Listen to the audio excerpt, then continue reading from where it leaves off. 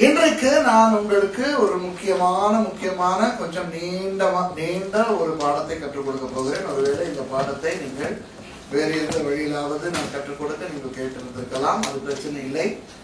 நான் இன்றைக்கு என்ன கற்றுக் கொடுப்பது என்று நான் கர்த்தருடைய பாதத்தில் இருந்த பொழுது ஆண்டவர் வெளிப்படுத்தினதை நான் உங்களுக்கு பேசுகிறேன். இது என்னுடைய ஒரு பழைய ஒரு படிப்பினை.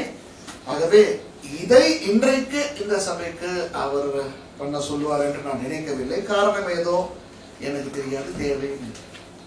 சரியா? சரி, ஒரு சின்ன கதையில ஆரம்பிக்கிறேன். ஒரு 7-8 வயசு ஒரு பையன் இருந்தான். சரி, இது உண்மை கதையில ஒரு கதை, கற்பனை கதை. ஒரு 7-8 வயசுல ஒரு பையன் இருந்தான்.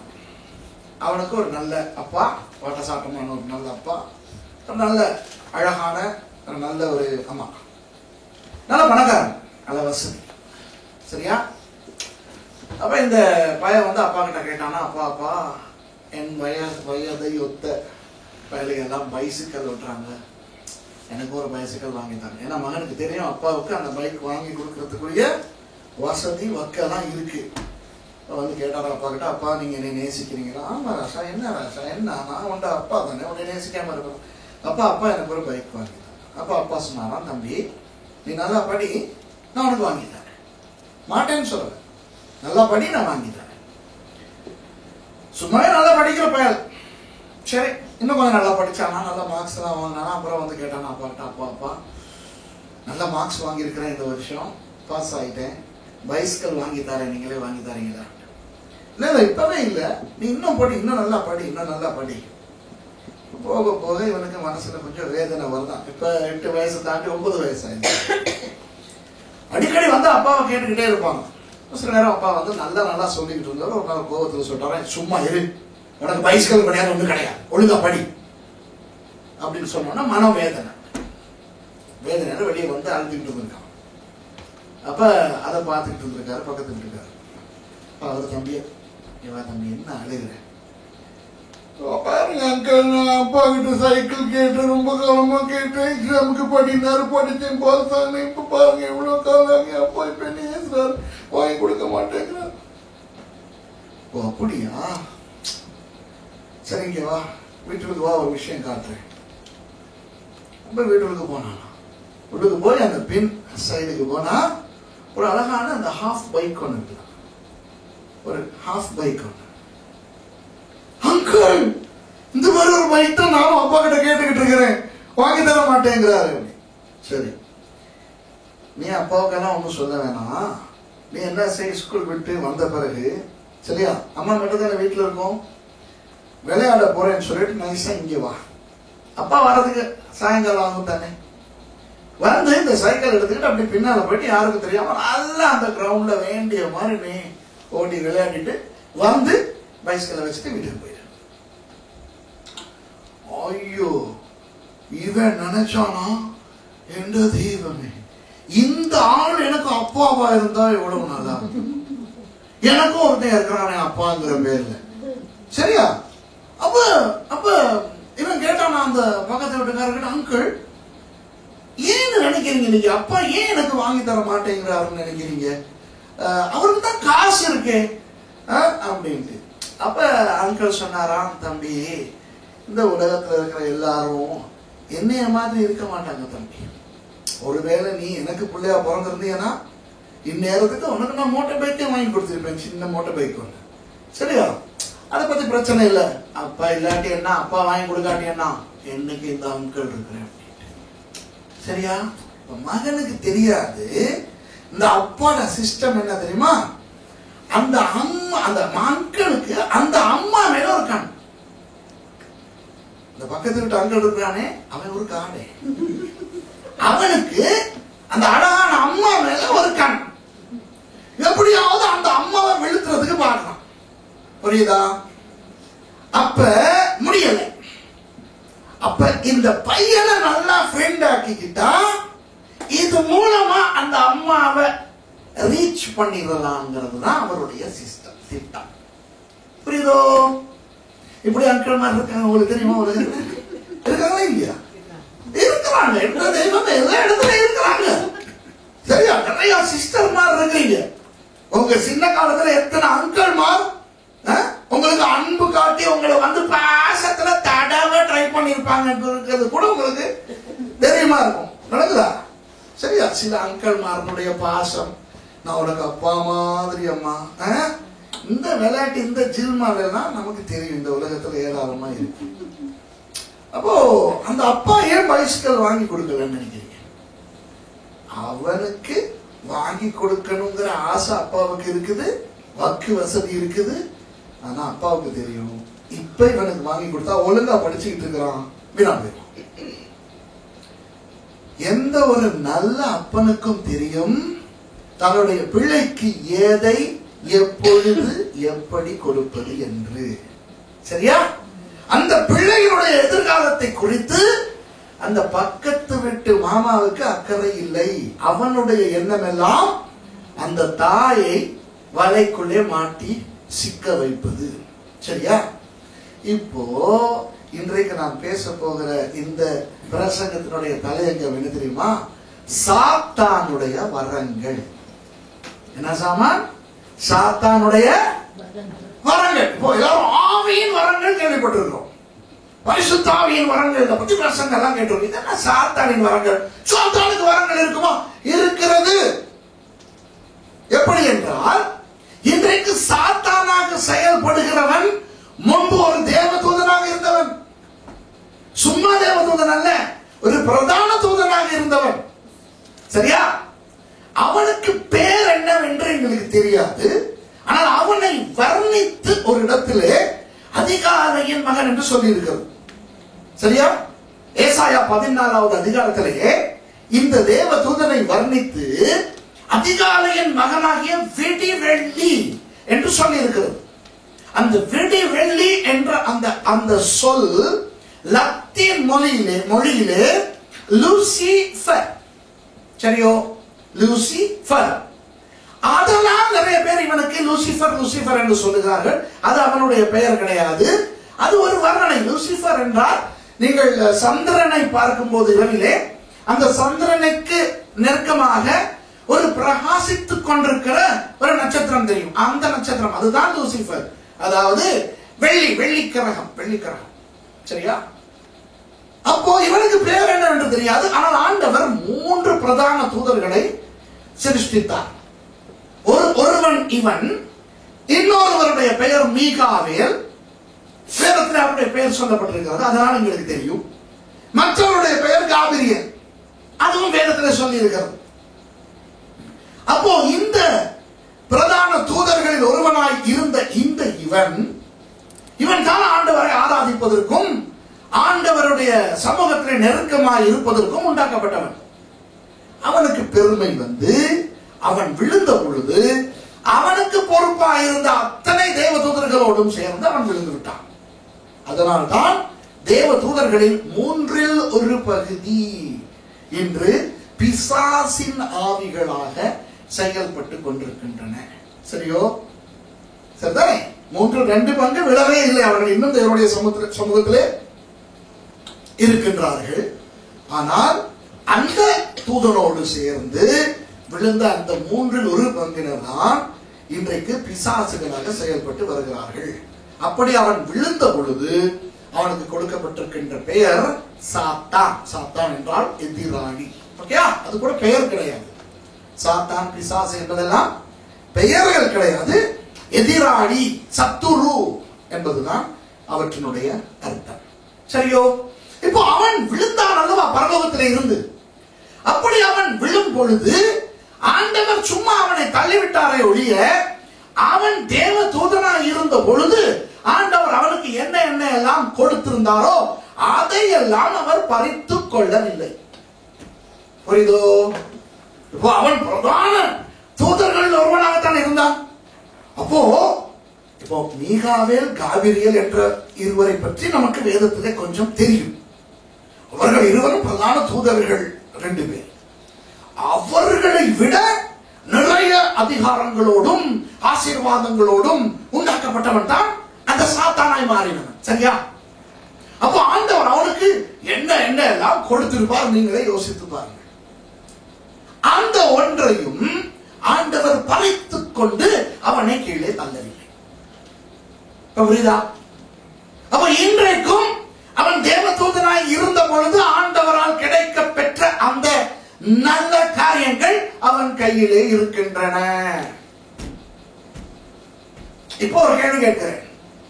ஆண்டவர் ஒரு தேவ தூதனுக்கு கொடுத்திருந்த அந்த மாதிரியான சில விஷயங்களை நமக்கு கொடுக்க மாட்டாரா இல்லையா? கொடுப்பாரா இல்லையா? யோசித்து பாருங்க. என்னதான் இருந்தாலும் மனுஷர்கள் என்று சொல்லும் பொழுது வேதத்திலே சொல்லப்பட்டிருக்கிறது தேவ தூதர்களை விட சிறியவர்கள் என்று. சரிதானே? மனுஷர்கள் தேவ தூதர்களை விட சிறியவர்கள். ஆகவே நான் நம்ப மாட்டேன். சில பேர் தேவ தூதர்களுக்கு கட்டளை கொடுத்து கொண்டிருப்பார்கள். தேவதூதன் எனக்கு முன்னாக நீ போ, நான் போகிறேன், தேவதூதனே நீ ஒருவன் வந்து என்னுடைய வீட்டை காப்பாற்றிக்கொள், காத்துக்கொள். இதெல்லாம் நம்ப மாட்டேன். இதெல்லாம் ஓவர் பரிசுத்தம். ஆண்டவருடைய வேலைக்காரர்கள், ஊழியக்காரர்கள் தேவதூதர்கள். ஆண்டவர் தேவதூதர்களை வைத்து ஊழியம் பணிவிடை செய்தால் செய்யட்டும், அது பிரச்சனை இல்லை. சரியா? இப்ப உங்க வீட்டுக்கு நான் வந்து நீங்க உங்க வீட்டுல வச்சிருக்கிற வேலைக்காரங்களுக்கு நான் கட்டளை போட்டா உங்களால ஏற்றுக்கொள்ள முடியுமா? உங்க வீட்டுக்கு நான் வந்திருக்கும் போது உங்க வீட்டுல வேலைக்கு ஒரு ஆள் வச்சிருக்கீங்க. நீங்க அந்த ஆளுக்கு சொல்லுவீங்க, பாஸ்டர் டீ கொண்டு போய் கொடு, பாஸ்டருடைய ஷர்ட்டை கொண்டு போய் கழுவி கொடு, நீங்க சொல்லுவீங்க. ஆனா நான் சொல்ல முடியும், என்னுடைய ஷர்ட்டை கழுவி கொண்டா. நீங்க யோசிப்பீங்க, இது என்னடா இது?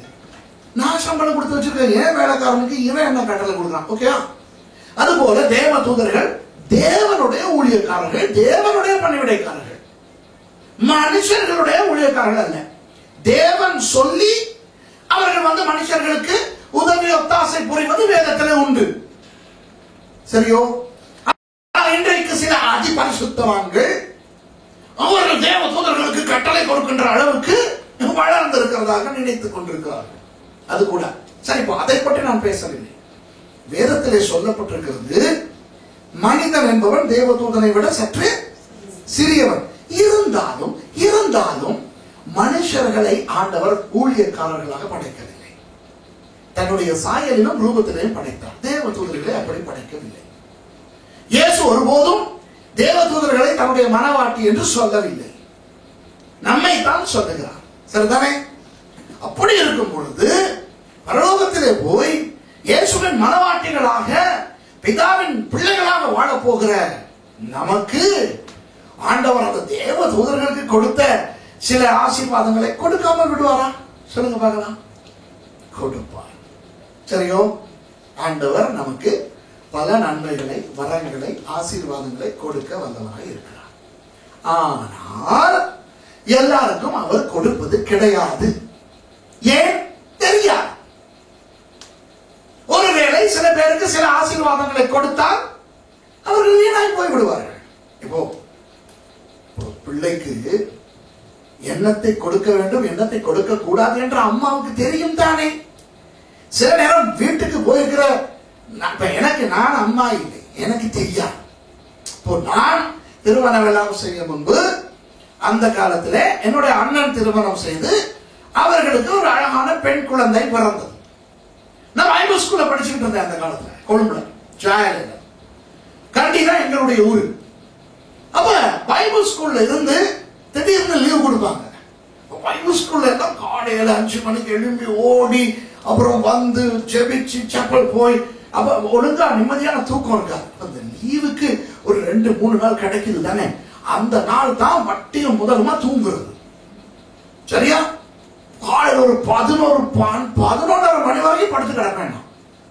ஆனால் அந்த அண்ணனுக்கு குழந்தை பிறந்து விட்டது இல்லையா, அன்னைக்கு அந்த குழந்தையால எனக்கு பெரிய பிரச்சனை. ஆனா நம்ம சித்தப்பாக்காரன் பைபிள் ஸ்கூல்ல இருந்து வந்திருக்கிறானே, அவன் கொஞ்சம் தூங்கட்டுமேன்னு யோசிக்காம அந்த புதுசா பிறந்த குழந்தை சரியா 3 மணிக்கு எனக்கு என்ன நினைக்கும், டக்குனு கண்ணத்துல வாங்கி படுக்க வைக்கணும்னு தோணும். ஆனா அவங்க அம்மா அந்த பிள்ளைய வச்சு அதோட பேசிக்கிட்டு இருப்பாங்க. இங்கம்மா இங்கம்மா பால் வேணுமா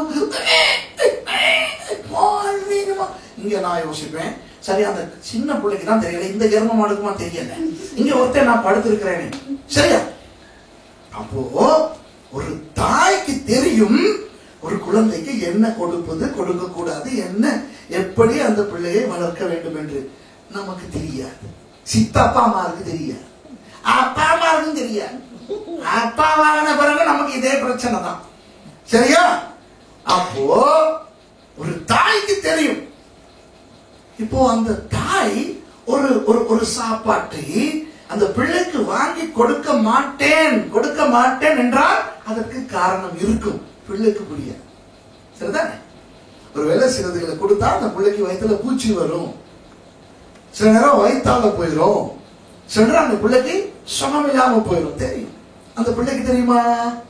தெரியாது. அது போல அன்பானவர்களே, என்னதான் ஆண்டவருக்குள்ளே நாம் முதிர்ச்சி அடைந்தவர்களா இருந்தாலும் ஆண்டவருக்கு தான் தெரியும் எதை கொடுப்பது, எதை கொடுக்க கூடாது.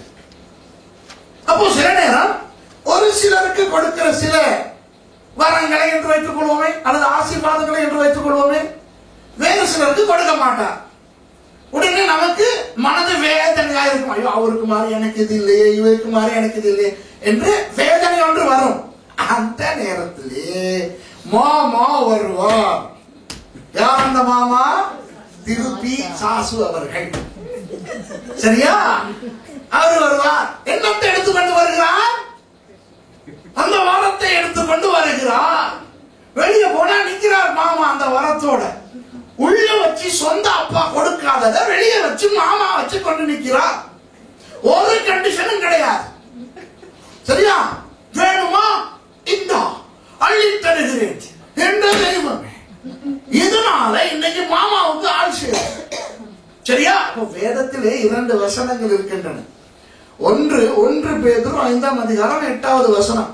அது சொல்லுகிறது, பிசாசானவன் கர்ச்சிக்கிற சிங்கத்தை போல யாரை விழுங்கலாமோ என்று வகை தேடிக் கொண்டு திரிகிறான். இப்போ சிங்கம் கர்ச்சிக்கும் போது எல்லாருக்கும் தெரியும் அந்த சத்தம். காட்டிலே அந்த சிங்கம் கர்ச்சிக்கும் போது எல்லா மிருகங்களுக்கும் தெரியும் இது யாருடைய சத்தம் என்று. ஆனால் 2 கொரிந்தியர் 11ஆம் அதிகாரம் 14வது வசனம் என்று ஒன்று இருக்கிறது. அதே சொல்லி இருக்கிறது, சாத்தானும் ஒளியின் தூதனுடைய வேஷத்தை போட்டுக்கொண்டு வருவான். புரியுதா? எப்படி? ஒளியின் தூதன். ஒளியின் தூதன் என்றால் யார்? தேவதூதன். அப்போ சாத்தானுக்கு தேவதூதன் வேஷம் போடுவது கஷ்டம் இல்லை. ஏனென்றால் அவன் தேவதூதனாய் இருந்தவன். இப்ப எனக்கு ஆம்பளை வேஷம் போட தேவையே இல்லை. அந்த காலத்துல பைபிள் ஸ்கூல்ல படிக்கிற காலத்துல நாடகங்களை நடிக்க கூப்பிட்டா எனக்கு எப்ப பார்த்தாலும் பொம்பளை வேஷம் தான் கிடைக்கும். என்னமோ தெரியல, எனக்கு தான் சொல்லுவாங்க பாஸ்டர் பொண்டாட்டியா நடி, இல்லனா ஆதாம் ஏவாள் கதை ஒரு நாள் நடிச்சாங்க, என்னைய தான் ஏவாளா நடிக்க சொல்லுவாங்க. சரியா? ஸ்கூல் காலத்திலையும் அப்படிதான், பரதநாட்டியம் படிச்ச காலத்திலையும் சரியா, எனக்கு அந்த பொம்பளை மாதிரி உடுத்தி தான். நான் பரதநாட்டியம் படிச்சால்தான் சரியா அந்த காலத்துல, இந்து காலத்துல. அப்போ பரதநாட்டியத்துல எனக்கு ஆம்பளை மாதிரி உடுத்திக்கிட்டு ஆட விருப்பம், ஆனா அந்த பொம்பளை மாதிரி உடுத்தி தான் என்னை ஆட விடுவாங்க. அப்போ அந்த பொம்பளை வேஷம் போடுறதுல அவங்க சொல்லுவாங்க, சுரேஷ் நீ நல்லா செய்வோம், அந்த எக்ஸ்பிரஷன் எல்லாம் பொம்பளை மாதிரி நல்லா இருக்கும் அப்படின்லாம் சொல்லுவாங்க. இதனால நான் கஷ்டப்பட்டு தான் செய்யறது. ஏனென்றால் நான் பெண் அல்ல. சரியா? அப்போ எனக்கு சொன்னாங்கன்னா ஒரு ஒரு ஒரு அப்பா வேஷத்துல நீங்க நடிங்க. உங்களுக்கு ஒரு நாடகத்துல ஒரு கதாபாத்திரம் உண்டு, ஒரு அப்பா வேஷம் கஷ்டமா? இல்ல. அதுபோல இந்த சாத்தான் ஒளியின் தூதனுடைய வேஷத்தை போடுவது அவனுக்கு கஷ்டம் இல்லை. ஏனென்றால் அவன் அப்படி இருந்தவன். விளங்குதான்? ஆகவே அவன் ஒளியின் தூதனுடைய வேஷத்தை போட்டால் அநேகர் ஏமாந்து போகிறான். இந்த வேஷத்தை போட்டு அவன் வரும்போது எப்படி வருகிறான் தெரியுமா? அந்த ஆண்டவர் கொடுத்த வரங்களை வைத்துக் கொண்டுதான் வருகிறான். அப்போ அந்த வரங்களை ஆண்டவர் கொடுக்கிறதை ஜனங்கள் சபையிலே காணுகிறார்களே. அப்போ அப்படி இது தேவன் கொடுக்கிறது தானே எனக்கு கிடைக்கிறது என்று அந்த வரத்தை பார்த்து ஜனங்கள் ஏமாந்து போகிறார்கள். அந்த வரத்தை யார் கொடுக்கிறான் என்பதனை பார்க்க தவறி விடுகிறார்கள். அப்படியே பார்த்தாலும் ஏமாந்து போகிறார்கள். ஏனென்றால் ஒளியின் தூதனுடைய வேஷத்துல தான் வந்திருக்கிறான். இப்ப சர்ச்ல இருந்து வெளியே போகும்போது கட்ட கருப்பா கொம்பெல்லாம் வச்சுக்கிட்டு பல்லெல்லாம் வச்சுக்கிட்டு சரியா ஒரு ஒரு ஒரு ஒரு சிகப்பு கலர் அண்டர்வேர் அப்படித்தானே அவனுக்கு பிசாசு தெரியும் இல்லையா? கண்ணங்கரேன்னு கருப்பா இருப்பான், கொம்பு வச்சிருப்பான், ஒரு சிகப்பு கலர் அண்டர்வேர் கொடுத்துருப்பாங்க அவனுக்கு. வால் ஒன்று இருக்கும், அந்த வாழ்ந்த முனியில வேல் மாதிரி இருக்கும், கையில ஒரு கம்பு இருக்கும், அதுல 3 திரிசூலம் மாதிரி ஒன்று இருக்கும். அது அப்படி வந்தா தான் பேய். அப்படி என்னிடத்திலே வா, நான் உனக்கு வரம் தருகிறேன், போவமா பின்வாங்கி போக நினைச்சிருமோ அப்ப மனந்துருக்கும் இல்லையா? சபையை விட்டு போறேன், வெளியே போறோம், இதான் கண்டனம் உள்ள ஒரு வார்த்தை இல்லை, இல்லை நான் போகவில்லை, இங்க இருந்து விட வேண்டும். சரியா? ஆனா வெளியே போகும்போது சரியா அப்படியே கவரப்பட்டு போகிற வண்ணமாக அப்படி சுத்தமா நிற்பான் பிசாசு. அதுலதான் நிறைய பேர் ஏமாந்து போயிடுறாங்க. இன்றைக்கு இந்த சாத்தான் பயன்படுத்தும் அந்த வரங்களை நான் உங்களுக்கு சொல்லிக் கொடுக்க போகிறேன். சரியா? 8 வரங்கள் இருக்கின்றன. நல்ல காரியங்கள், கர்த்தர் கொடுக்கின்ற ஆசீர்வாதங்கள் தான். ஆனால் இவற்றை பிசாசு கொடுத்து ஜனங்களை ஏமாற்றுகிறான். ஆகவே நீங்கள் ஏமாந்து போகக்கூடாது என்பதற்காகத்தான் இந்த செய்தி. ஓகேயா? திருப்பிக் கொள்ளுங்கள். எசேக்கியேல் 28வது அதிகாரம். எசேக்கியேல் 28வது அதிகாரம். இன்று நாம் பார்க்க போகின்ற வசனங்கள் 11ஆம் வசனத்திலே இருந்து இருக்கிறது. சரியா? 11ஆம் வசனத்திலே இருந்து 14வது வசனம் வரைக்கும் தான் பார்க்க போகிறோம். இப்போ யாராவது எனக்கு 11வது வசனத்தை மாத்திரம் வாசிங்க பார்க்கலாம். எசேக்கியேல் 28வது அதிகாரம் 11வது வசனத்தை மாத்திரம் வாசிங்கள் பார்க்கலாம். பின்னும் கர்த்தருடைய வார்த்தை எனக்கு உண்டாகி அவர் பின்னும் கர்த்தருடைய வார்த்தை எனக்கு உண்டாகி அவர். இப்ப 12வது வசனத்தை வாசிங்க. மனுபுத்திரனே, மனுபுத்திரனே, நீ தீரு ராஜாவை குறித்து புலம்பி. ஓகே, போதும். நீ தீரு ராஜாவை குறித்து புலம்பி. அந்த நிஜத்தை வாசிங்க ப்ளீஸ். அவனை நோக்கி கர்த்தராகிய ஆண்டவர் உரைக்கிறது என்னவென்றால். போதும். யாரை நோக்கி? தீரு ராஜாவை நோக்கி. இப்போ நிறைய வேதாகம அறிஞர்கள் சொல்லுகிறார்கள், இந்த பாஸ்டர் சுரேஷ் போன்றவர்கள் இந்த எசேக்கியேல் 28ஆம் அதிகாரத்தின் 11வது வசனத்திலிருந்து சாத்தானை பற்றி சொல்லி இருக்கிறது என்று பிழையாக கற்றுக் கொடுக்கிறார்கள். ஆனால் அது உண்மை அல்ல. பாஸ்டர் சுரேஷுக்கு எல்லாம் தெரியாது. அது உண்மையாக தீரு என்ற ஒரு தேசம் இருந்தது. அந்த தேசத்தை ஆட்சி செய்கிற அந்த ராஜாவுக்கு சொல்லப்பட்டது என்று. சரியா? அப்படி சொல்லுகிறார். சரியா? எனக்கு தெரியவே ஒருவர் என் பெயரையே சொல்லி இருக்கிறார் இலங்கையிலே. பாஸ்டர் சுரேஷ் சொல்லுகிறார் இது சாத்தானுக்கு என்று. ஆனால் அது சாத்தான் அல்ல, தீரு ராஜாவே என்று. ஏன் தெரியுமா அன்பானவர்களே? உண்மையாகவே தீரு என்ற ஒரு தேசம் இருந்தது. இஸ்ரவேலுக்கு வடக்கிலே சீதோன், சீதோனுக்கு கொஞ்சம் வடக்கிலே தீரு. இன்றைய சிரியா தேசம். இன்றைய சிரியா தேசத்திலே தீரு என்ற அந்த காலத்திலே ஒரு தேசம் இருந்தது. அந்த தீரு தேசத்தை ஒரு அரசன் ஆட்சி செய்து கொண்டு வந்தான். சரியா? அப்போ அந்த ராஜாவை குறித்து தான் பேசி இருக்கிறது என்று சொல்லுகிறார்கள். அது அந்த ராஜாவுக்கு சொன்னது இந்த வசனங்கள் அல்ல என்று நான் உங்களுக்கு நிரூபித்து காட்டுவதற்கு முன்பதாக அந்த உண்மையான தீரு ராஜாவுக்கும் ஒரு செய்தி கொடுக்கப்பட்டது என்பதை காட்ட விரும்புகிறேன். 1ஆம் வசனத்திலே இருந்து 10ஆம் வசனம் வரைக்கும் அவனுக்கு தான். எசேக்கியேல் 28ஆம் அதிகாரம் 1வது வசனத்திலிருந்து 10ஆம் வசனம் வரைக்கும் அவனுக்கு தான் சொல்லி இருக்கிறது. யாருக்கு? அந்த தீரு தேசத்தின் ராஜாவுக்கு. ஆனா அவனை தீருவின் அதிபதி என்று சொல்லி இருக்கிறது. சரி, வாசிப்போம் கொஞ்சம். 28வது அதிகாரம் 1வது வசனத்திலிருந்து வாசிங்க பார்க்கலாம். கர்த்தருடைய வார்த்தை எனக்கு உண்டாகி அவர், மனுபுத்திரனே, நீ தீருவின் அதிபதியை நோக்கி கர்த்தராகிய ஆண்டவர் உரைக்கிறது என்னவென்றால். கொஞ்சம் நிப்பாட்டுங்க. 12வது வசனத்திலே தீருவின் ராஜா, 2ஆம் வசனத்திலே தீருவின் அதிபதி. அப்போ நீங்க யோசிக்கலாம், 2 ஒன்று தானே, ஒரு ராஜா தானே அதிபதி. பொருங்கள். அடுத்த வசனத்தை வாசிங்க. 3வது வசனம் வாசிங்க. இதோ தானியேலை பார்க்கிலும். இல்ல சாரி, அந்த 2வது வசனத்திலே நீங்க விட்ட இடத்துல இருந்து வாசிங்க. உன் இருதயம் மேட்டிமை கொண்டு நான் தேவன், நான் சமுத்திரத்தின் நடுவே தேவ வாசனத்தில் வீற்றிருக்கிறேன் என்று நீ சொல்லி உன் இருதயத்தை தேவனின் இருதயத்தை போல் ஆக்கினாலும் நீ மனுஷனே அல்லாமல் தேவன் அல்ல. அந்த பாயிண்ட் என்னது? நீ மனுஷனே அல்லாமல் தேவன் அல்ல. இந்த தீருவின் ராஜா அந்த காலத்துல எசேக்கியேலுடைய காலத்துல எசேக்கியேல் பாபிலோனிலே அடிமைகளோடு இருந்தவர். சரியா? அப்போ அந்த காலத்தில் இந்த தீருவின் ராஜா எப்படிப்பட்டவன் என்று கொஞ்சம் ஆராய்ந்து பார்த்ததில் எங்களுக்கு தெரிய வந்தது என்ன தெரியுமா? அவன் தன்னை தேவன் என்று சொல்லிக் கொண்டான். அந்த காலத்திலே வாழ்ந்த சில ராஜாக்கள் தங்களை தெய்வங்கள் என்று சொல்லிக் கொண்டது உண்டு சரித்திரத்தில். இவன் என்ன செய்தான்? மத்திய தரை கடலை அண்டிய ஒரு நாடு தானே தீரு. இவன் என்ன செய்தான்? மிதவைகள் கொண்டு ஒரு பெரிய ஒரு ஒரு படகு மாதிரி ஒன்று செய்து அதிலே இவருடைய சிங்காசனத்தை வைத்து அதிலே உட்கார்ந்து கொண்டு சமுத்திரத்துக்கும் தேவன் நான் தான் என்றெல்லாம் சொல்லுவான். இப்ப சில நேரம் நீங்க எல்லாம் பரிசுத்தவான்கள், அதனால நான் சொல்றது என்னன்னு உங்களுக்கு புரியாது. சரியா? தமிழ் படம் ஒன்று இருக்கு, சினிமா. அந்த சினிமாவில் கதாநாயகன் கதாநாயகி கனவு காண்டு பாட்டு படிக்கிற சீன் எல்லாம் வரும். உங்களுக்கு தெரியாதுதான் இதெல்லாம்? சான்ஸே இல்லை, உங்களுக்கு இதெல்லாம் தெரியாது. நன்றி. அந்த கனவுல சில நேரம் இந்த மாதிரிதான் பூக்களால் அலங்கரிக்கப்பட்ட இந்த மிதவைகள்ல ஏறி அவங்க ரெண்டு பேரும் பாட்டு படிப்பாங்க. அப்படி அது மிதந்து போகும், பூக்களோட அழகா இருக்கும். சரியா? அப்போ அது போல பெரிய ஒன்றை இவன் செய்து அதிலே சிங்காசனத்தை எல்லாம் போட்டு அமர்ந்து கொண்டு, பாருங்கள் என் சிங்காசனம் கடலிலே மிதக்கிறது, நான் சமுத்திரத்துக்கும் தெய்வம், வானத்துக்கும் தெய்வம், பூமிக்கும் தெய்வம் என்றெல்லாம் பெரிய பீற்றல் அடித்தவன் அந்த தீருவின் ராஜா, தீருவின் அதிபதி.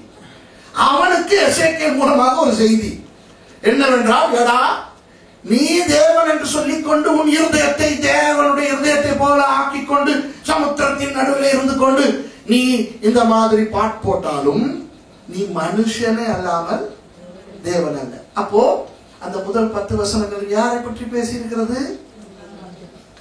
மனுஷனாகி ஒருவனை பற்றி. ஆனால் 11வது வசனத்தில இருந்து நீங்கள் வாசிக்கும் போது தீருவின் ராஜா என்று சொல்லப்படுகிற அந்த நபர் ஒரு மனுஷனாய் இருக்க வாய்ப்பே இல்லை. சரியா? ஏனென்றால் நீங்கள் கீழே பார்க்கலாம். சரியா? 15வது வசனத்தை வாசிங்க. நீ சிருஷ்டிக்கப்பட்ட நாள் துவக்கி உன்னில் அநியாயம் கண்டுபிடிக்கப்பட்டது மட்டும் உன் வழிகளில் குறையற்றிருந்தாய். சரியா? அதாவது உன்னில் நீ சிருஷ்டிக்கப்பட்ட நாள் முதல், சரியா? கவனிங்க, நீ சிருஷ்டிக்கப்பட்ட நாள் முதல் உன்னில் அநியாயம் கண்டுபிடிக்கும் வரை நீ உன் வழிகளில் குறையற்றிருந்தாய். இப்போ 16வது வசனத்துல அவனுக்கு கொடுக்கப்பட்டிருக்கிற பெயர் என்ன தெரியுமா? கேரூப். வாசிங்க.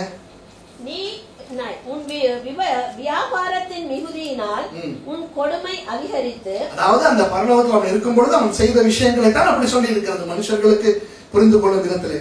வாசிங்க. நீ பாவம் செய்தாய், ஆகையால் நான் உன்னை தேவனுடைய பர்வதத்திலிருந்து ஆகாதவன் என்று தள்ளி காப்பாற்றுகிற கேருவாய் இருந்த உன்னை அக்கினிமயமான கற்களின் நடுவே இராதபடிக்கு அழித்து போடுவேன். காப்பாற்றுகிற கேரூப். கேரூப் என்றால் யார்? தேவதூதர்கள். சரிதானே? கேரூப், சேராப். கேரூப், சேராப் இவர்கள் எல்லாம் யார்? தேவதூதர்கள். அப்போ நிச்சயமாக நமக்கு தெரிகிறது 11வது வசனத்திலே இருந்து யாரை பற்றி பேசப்பட்டிருக்கிறது? தேவதூதனாய் இருந்து விழுந்த அந்த சாத்தானை பற்றி. இப்ப புரியுதா உங்களுக்கு? சரி. ஆகவே இது சுரேஷனுடைய ஒரு அர்த்த பெயர் அல்ல. உண்மையாகவே எசேக்கியேல் 28ஆம் அதிகாரம் முதல் 10 வசனங்களும் உண்மையான தீரு தேசத்தை ஆட்சி செய்தவரை பற்றி இருக்கிறது. ஆனால் 11வது வசனத்திலிருந்து இந்த தேவ தூதனாய் இருந்து விழுந்த சாத்தானை பற்றி இருக்கிறது. ஓகேயா? சரி. இப்போ என்ன செய்ய போகிறோம் என்றால் 11வது வசனத்திலிருந்து வாசித்தோம். இனி 12வது வசனத்திலிருந்து என்ன பார்க்க போகிறோம் என்றால், ஆண்டவர் அவனுக்கு 8 காரியங்களை கொடுத்திருந்தார். அந்த 8 காரியங்களையும் ஒவ்வொன்றாக வாசிக்க போகிறோம், பார்க்க போகிறோம்.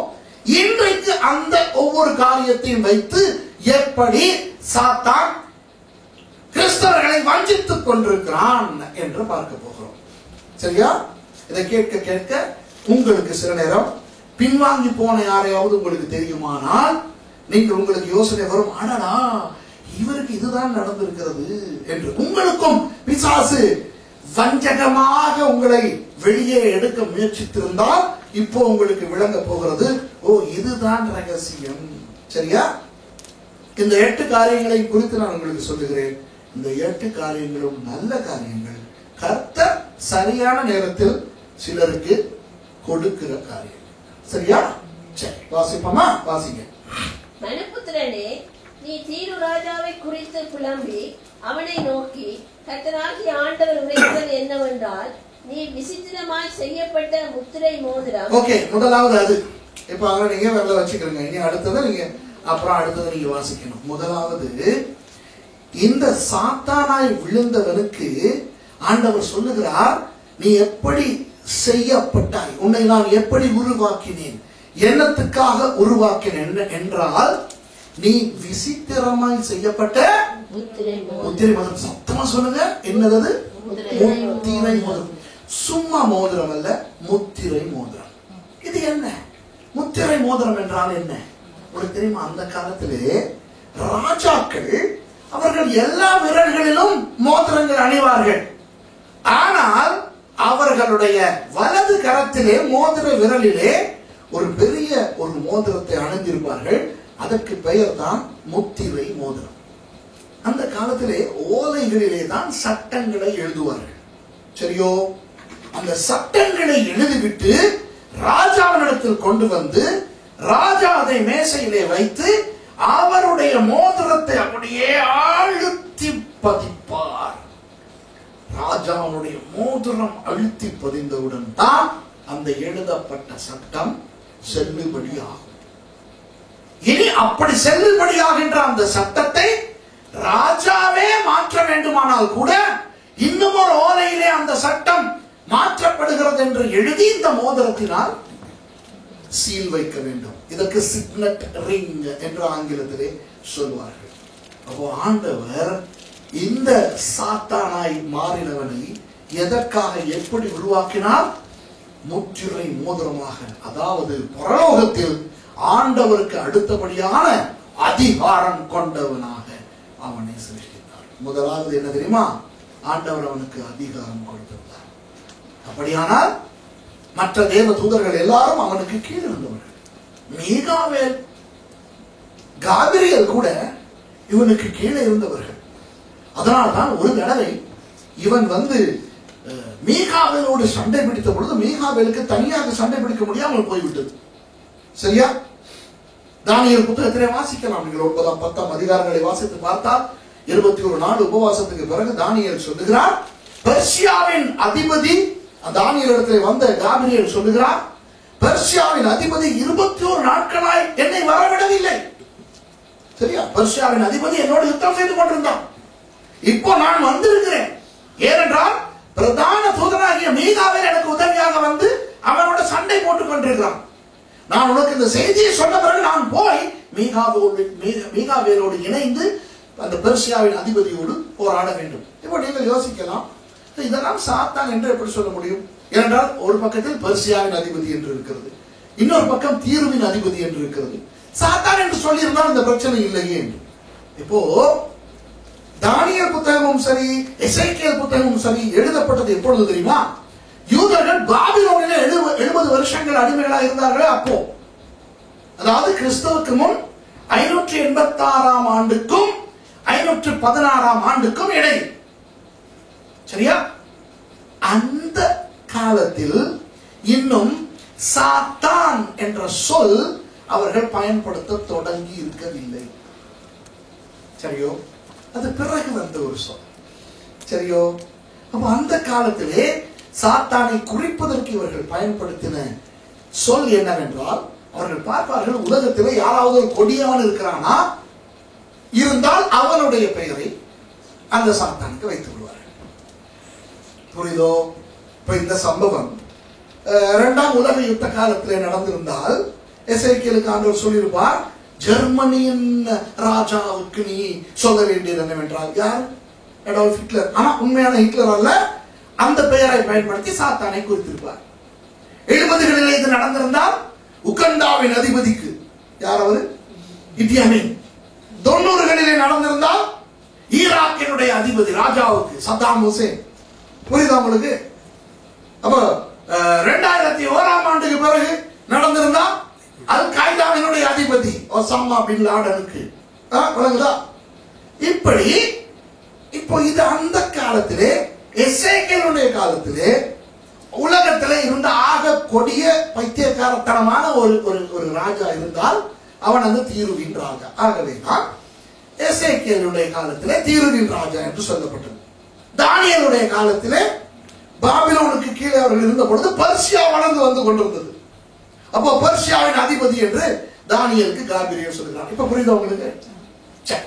அப்போ அதிகாரத்தை ஆண்டவர் இவனுக்கு கொடுத்திருந்தார். இப்போ அதிகாரம் என்பது உண்மையில் நல்ல ஒன்றா சரியில்லாத ஒன்றா? நல்லது. அது இல்லாவிட்டால் உலகத்திலே ஒழுக்கமே இருக்கா.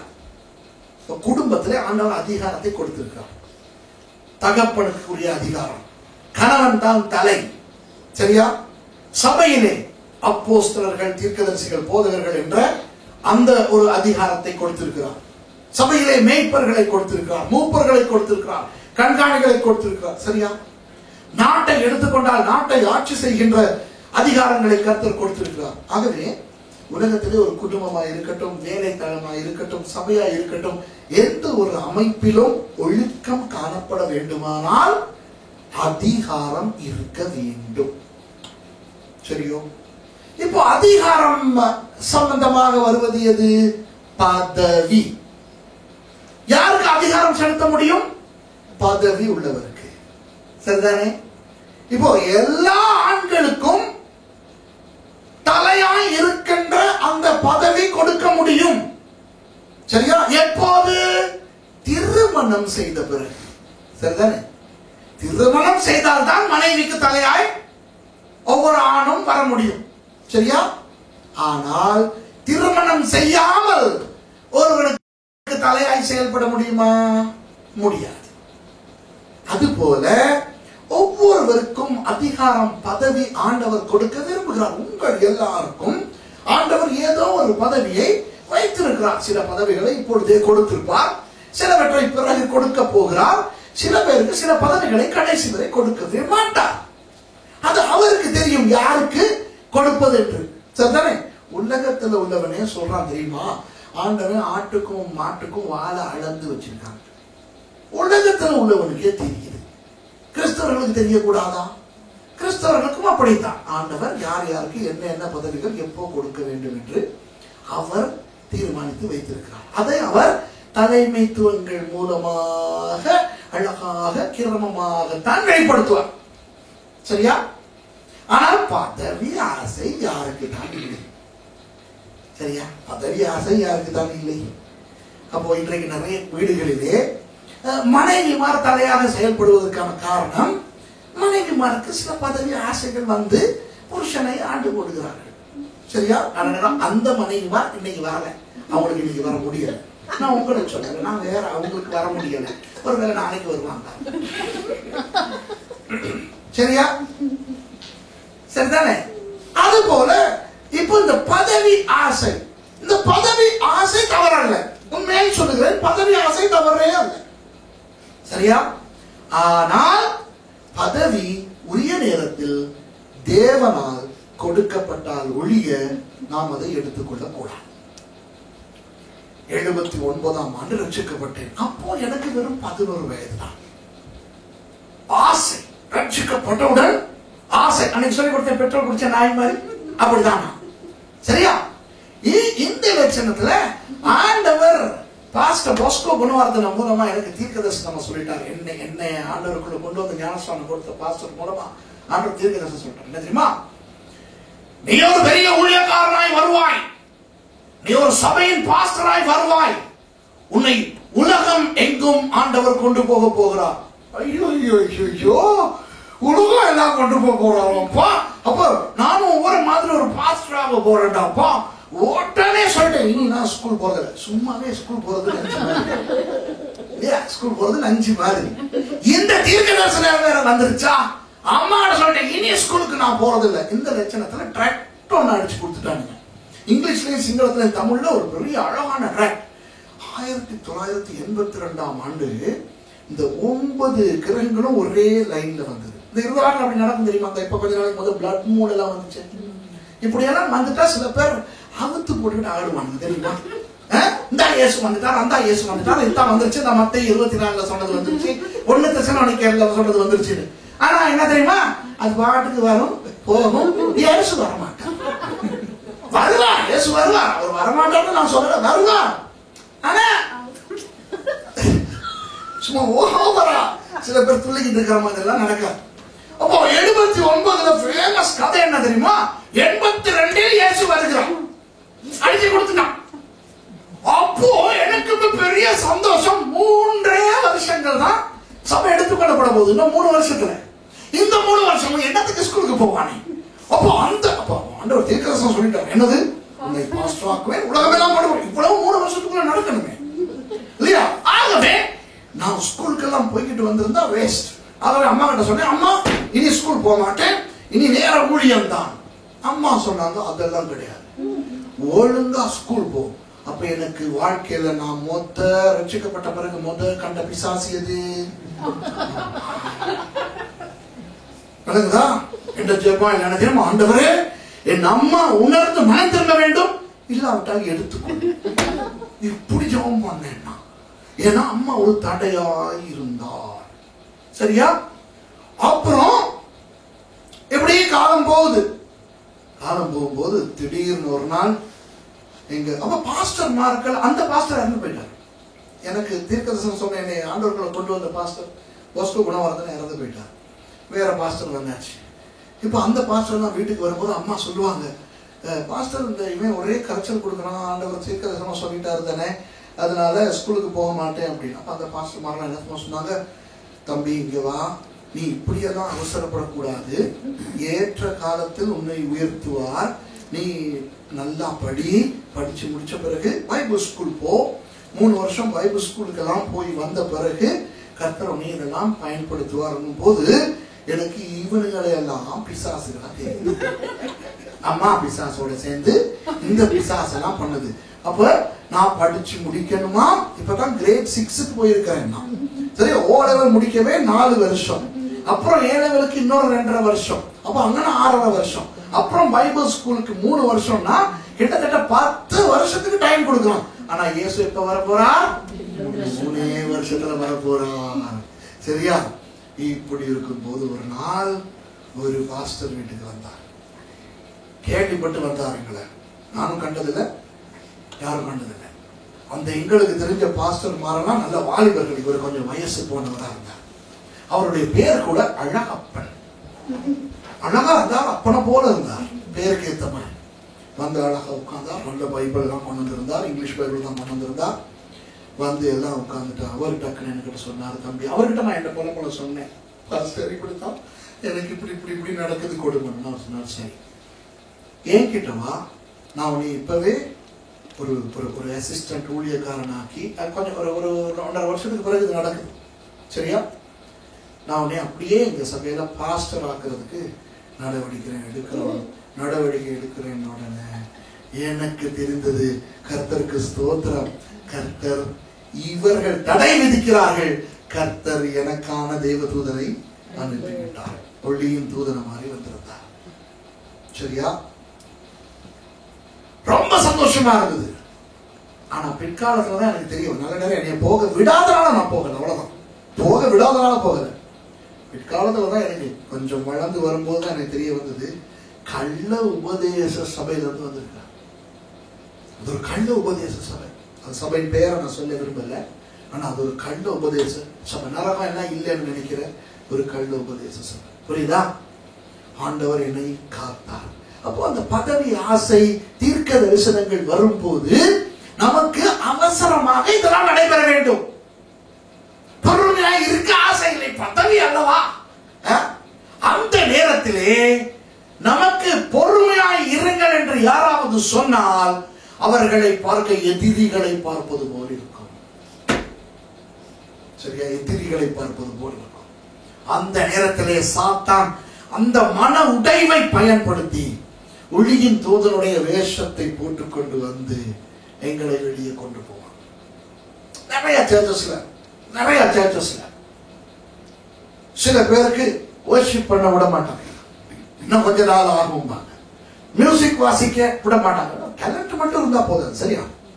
மியூசிக் வாசிப்பதற்கு தாளந்து மாத்திரம் இருந்தால் போதாது, அதற்குரிய பக்குவம் வேண்டும். பாடல் பாடுவதற்கு பாடகர்களை மாத்திரம் கொண்டு நீங்க நிப்பாடக்கூடாது.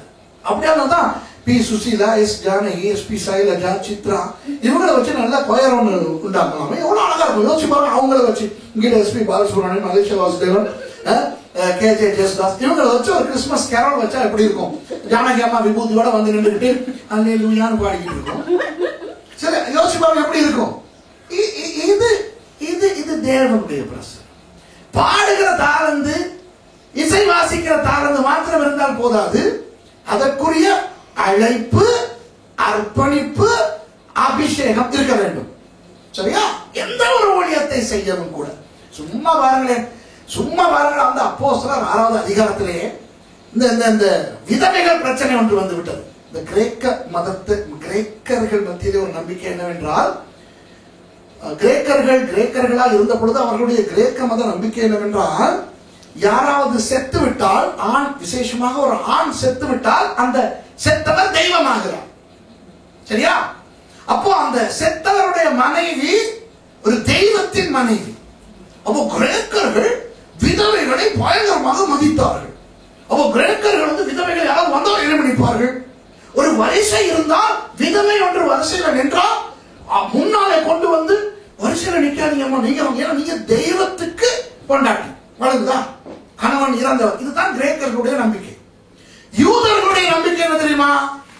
கணவன் இறந்து விட்டால் இவள் சபிக்கப்பட்டவள் மாதிரி, அபசகுனம் மாதிரி. அப்ப யூதர்கள் வெளியே போகும் பொழுது விதவைகள் யாராவது வந்தால், இந்த பாரு இது வந்துருச்சு என்று சொல்லி அந்த பயணத்தை கூட அவர்கள் போக மாட்டார்கள். புரியுதா? இப்போ இவர்களும் ரட்சிக்கப்பட்டு விட்டார்கள், அவர்களும் ரட்சிக்கப்பட்டு விட்டார்கள். இப்போ என்னதான் ரட்சிக்கப்பட்டு வந்தாலும் அந்த பழக்கம் இருக்கும் தானே. அப்போ ஒவ்வொரு நாளும் ஒவ்வொரு ஞாயிற்றுக்கிழமையும் ஆராதனைக்கு பிறகு சாப்பாடு. அப்போ கிரேக்கர்கள் எதிர்பார்க்கிறார்கள் தங்கள் விதவைகளுக்கு முதலாவது சாப்பாடு இவர்கள் கொடுக்க வேண்டும் என்று. அப்போ யூதர்கள் என்ன சொல்லுகிறார்கள்? நீ பின்னால் லைன்ல வா. சரியா? அப்போ யூதர்களுக்கும் கிரேக்கர்களுக்கும் இடையிலே ஒரு பிரச்சனை. இந்த கிரேக்க விதவைகள் ஒழுங்காக விசாரிக்கப்படவில்லை என்று. அப்போ இந்த பந்தி விசாரிப்பு வேலைக்காக 7 பேரை நியமிக்க சொல்லி அப்போஸ்தலர்கள் சொல்லுகிறார்கள். எப்படிப்பட்டவர்களை நியமிக்க சொல்லுகிறார்கள் தெரியுமா? சும்மா அந்த சாப்பாடு பங்கிடுகிற வேலை, பரிசுத்தாவியிலும் ஞானத்திலும் நிறைந்தவர்கள். சரியா? அதுபோல நற்சாட்சி பெற்றவர்கள். அப்பா, பரிசுத்தாவியில் நிறைந்திருக்க வேண்டும், ஞானத்தில் நிறைந்திருக்க வேண்டும், நற்சாட்சி பெற்றிருக்க வேண்டும். எதுக்கு? இந்த பந்தி விசாரிப்பு, சாப்பாடு பரிமாறுவதற்கு. அப்போ மேடையில ஏறி ஊழியம் செய்வதற்கு எவ்வளவு அதிகமான பரிசுத்தம், அழைப்பு இருக்க வேண்டும். அந்த 3 ஆனாக்களை மறந்து போக வேண்டாம். அழைப்பு இருக்க வேண்டும், ஆண்டவர் அழைக்க வேண்டும். சரியா? அழைக்கப்படுகிறவர் தன் பக்கத்தில் அர்ப்பணிப்பை கொடுக்க வேண்டும். ஆண்டவர் அழைத்து தான் அர்ப்பணிக்கப்பட்டாலும் தலைமைத்துவம் அவர் மேல் கையை வைத்து அவரை அபிஷேகித்திருக்க வேண்டும். இந்த அபிஷேகம்ங்கிறது கீழே விழுந்து உருண்டு எலும்பில் அல்ல போறதில்லை. சரியா? தயவு செய்து அப்படி நினைச்சுக்கிறாதீங்க. சரி, அது எப்படி விழுகிறதுக்கு முந்தி எப்படி இருக்குதோ அதே மாதிரிதான் எலும்பின பிறகு இருக்கும். சரியா? அது அபிஷேகம் கிடையாது. அபிஷேகம் என்பது தலைமைத்துவம் கை வைத்து இவர்களை அந்த ஊழியத்தில் ஏற்படுத்தி இருக்க வேண்டும். புரியுதா? அப்போ அழைப்பு, அர்ப்பணிப்பு, அபிஷேகம் இருக்கிறவர்கள் தான் எந்த ஒரு ஊழியத்தையும் செய்ய வேண்டும். அப்போ சில நேரம் அழைப்பு உடனே வராது. சரியா? சில நேரம் அபிஷேகத்துக்கு, தலைமைத்துவத்துக்கு ஆண்டவர் உடனே ஓகே சொல்ல மாட்டார். கொஞ்சம் இருங்க சிஸ்டர், ஒரு 2 வருஷம் இருங்க பிரதர் சொல்லுவார்கள். அப்படி சொல்லும் போது ஆசை இருக்கிறது ஒரு ஊழியம் செய்வதற்கு, சரி பிரசங்கம் செய்வதற்கு ஆசை இருக்கிறது. அப்ப நிறைய யூடியூப் எல்லாம் பார்த்து நிறைய பிரசங்கம் இவர் எடுத்து வச்சிருக்கிறார். இப்பதான் யூடியூப் இன்டர்நெட் இருக்குது. சரியா? எல்லாம் நோட்ஸா இருக்கு. அப்போ பிரசங்கம் பண்ண தெரியும், பிரசங்க அவுட்லைன் இருக்கின்றன. இப்போ ஆசை எதுக்கு? வந்து சொல்றாங்க எனக்கும் பிரசங்கம் பண்ணணும். உடனே பாஸ்டர் சொல்றார் கொஞ்ச காலம் இருங்க, ஆண்டவர் எங்களுக்கு சொல்லும் போது உங்களை ஏற்படுத்தும். அவசரம் இல்லை. அந்த கொஞ்ச காலம் வருதே இல்லை. மனவேதனை.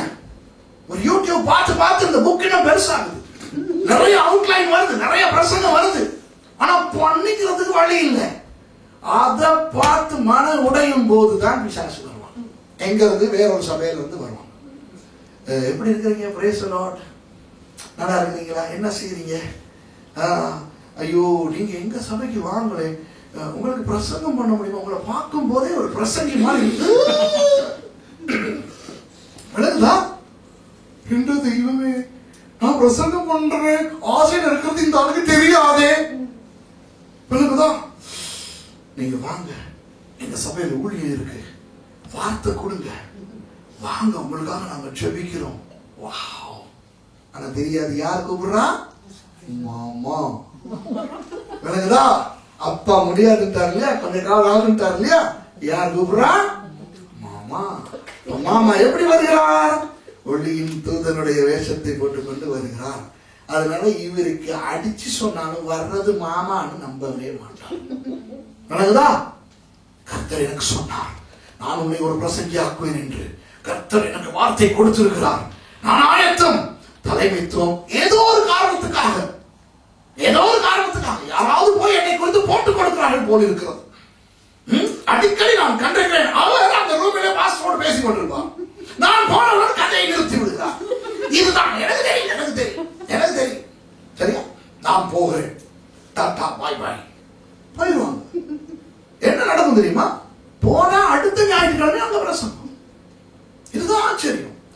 அப்புறம் அதுக்கு மேல வேணுமா? ஹத்யா இவ்வளவு காலம் நானும் கிடந்தேனே. ஆகவே இந்த மாதிரியான கதவுகள் திறக்கப்படும் பொழுது கவனமாய் இருக்க வேண்டும். ரொம்ப கவனமாய் இருக்க வேண்டும். சரியா?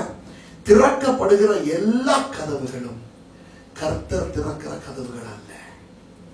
திறக்கப்படுகிற சில கதவுகள் பிசாசு திறக்கின்றான், சில கதவுகள் தானாய் திறக்கின்றன. சரியா? உங்க எத்தனை பேருக்கு விருப்பம் தெரிஞ்சுக்கிறதுக்கு ஒரு கதவு திறக்கப்படுறதுக்கு ஒரு சந்தர்ப்பம் கிடைக்குதுன்னா அது கர்த்தரால் வருகிறதா, பிசாசினால் வருகிறதா, அல்லது இயற்கையாக வருகிறதா, அதை தெரிஞ்சுக்கிறதுக்கு எத்தனை பேருக்கு விருப்பம்? கை தூக்கி காட்டுங்க. தேங்க்யூ. எனக்கும் அந்த விருப்பம் தான் இருக்குது. எனக்கும் விருப்பம். ஆனா கஷ்டம். நானும் 79 இருந்து கஷ்டப்பட்டு இருக்கிறேன். சரியான கஷ்டம் தெரிந்து கொள்வது. எனக்குதா? நீங்க நினைச்சீங்க நான் பதில் சொல்ல போறேன் இல்லையா? தெரிஞ்சா நான் எப்படி இருக்கிறேன்? கையை தூக்குற லட்சணத்திலே கண்டேன். எல்லாம் நினைக்கிறாங்க, ஓ பாச சுரேஷ் எல்லாத்தையும் கண்டுபிடிச்சா இப்ப அவர் சொல்ல போறாரு. எத்தனை தரம் நம்ம போயிட்டு சவத்துல முட்டிக்கிறோம் தெரியுமா? பிள்ளையான இடத்துல போயிட்டு குந்திக்கிறோம் தெரியுமா? உண்மையா யாராவது புதுசா ஒரு இடத்துக்கு பிரசங்கம் பண்ண கூப்பிட்டாங்கன்னா போறதுக்கு பயம். பார்த்தா பிள்ளையான இடமா இருக்கும். சரியா? இப்ப இங்க எல்லாம் பயமே இல்லாம நான் வந்துடுறேன். சரியா? புது இடங்களுக்கு என்ன கூப்பிட்டாங்கன்னா எனக்கு ரொம்ப பயம். ஏன்னு சொன்னா இது கர்த்தர் திறக்கிறாரா, பிசாசு திறக்குதா, இல்ல தானா திறக்குதான்னு தெரியாது. ரொம்ப ஜாக்கிரதையா இருக்கணும். ஆகவே இப்போ ஒரு நல்ல ஒரு ஐடியா சொல்லி கொடுக்கலாம் உங்களுக்கு ஒரு இப்ப எனக்கு நான் பாவம், எனக்கு அந்த நிலைமை இல்லை. ஆனா எனக்கு கீழே இருக்கிறவங்களுக்கு அந்த நிலைமை இருக்குது. அந்த நிலைமை உங்களுக்கும் இருக்குது. என்ன தெரியுமா? தலைமைத்துவத்துல விட்டுருங்க. தலைமைத்துவம் தீர்மானிக்கட்டும். சரியா? இப்ப நான் உங்களுக்கு சொன்னேன், எங்க சர்ச்ல பாஸ்டர் மகேஷ்ங்கிறவர் ஃபர்ஸ்ட் டைம் நாளைக்கு தான் பிரசங்கம் பண்ண போறேன். எவ்வளவு காலம் அவர் படிச்சு முடிச்சு காலேஜ்ல டீச்சராகவே இருக்கிறார். நல்ல பிரசங்கி, நல்ல ஒரு ஊழியக்காரர். ஆனால் தலைமைத்துவத்துக்கு ஆண்டவர் இப்போதான் சரியான நேரம் வந்து விட்டது என்று சொல்லி நாளைக்கு தான் அவர் முதல் தடவையாக எங்கள் சபையில பிரசங்கம் பண்ணுறார். உங்களுக்கு நீங்கள் விசுவாசிகளா இருக்கும் பொழுது லேசான காரியம் தெரியுமா? சரி, உங்களுக்கு அழைப்பு இருக்கட்டும், அர்ப்பணிப்பு இருக்கட்டும், ஏதாம் இருக்கட்டும், அபிஷேகம் இருக்கட்டும், தலைமைத்துவத்துக்கு விட்டு விடுங்கள், பிறகு பார்ப்போம், இப்போ அவசரப்பட வேண்டாம் என்று சொன்னால், அல்லது வேறொருவரை நியமித்தால் நீங்கள் ஒன்றுக்கும் யோசிக்க வேண்டாம். இது கர்த்தருடைய ஊழியம். கர்த்தருக்கு தெரியும் யாரை எப்பொழுது எப்படி எதற்காக பதவியில் ஏற்ற வேண்டும், எந்த பதவி யார் யாருக்கு கொடுக்கணும். வணக்கம். உங்களுக்கு பிசாசு என்ன செய்கிறான்? இந்த பதவி ஆசையை, அதிகார ஆசையை வைத்து, அது நல்லது. ஆனால் அந்த நல்ல ஒரு காரியத்தின் மூலம் அநேக ஜனங்களை மனமுடைந்து போக பண்ணுகிறான், வேற இடங்களுக்கு போய் அந்த பதவிகளை பெற்றுக்கொள்ள வைக்க பண்ணுகிறான். சரியா? இருக்கிற அதிகாரத்துக்கு கீழ்ப்படியாமல் பண்ண பார்க்கிறான். இப்படி இந்த விசித்திரமாய் செய்யப்பட்ட முத்திரை மோதிரம் என்ற பிசாசின் காரியம் செயல்பட வைக்கிறது. புரியுதா உங்களுக்கு? சரி, அடுத்தது வாசிங்க. நீ ஞானத்தால் நிறைந்தவன். நீ ஞானத்தால் நிறைந்தவன். இப்போ இந்த சாத்தான் என்பவன் ஒரு முட்டாள் அல்ல. இதை புரிந்து கொள்ள வேண்டும். சரியா? என்னை பொறுத்தவரை நீங்கள் என்னிடத்துல கேட்டால் சாத்தான் ஞானியா சாலமோன் ஞானியா என்று நான் சொல்வேன். சாத்தான் தான் ஞானி.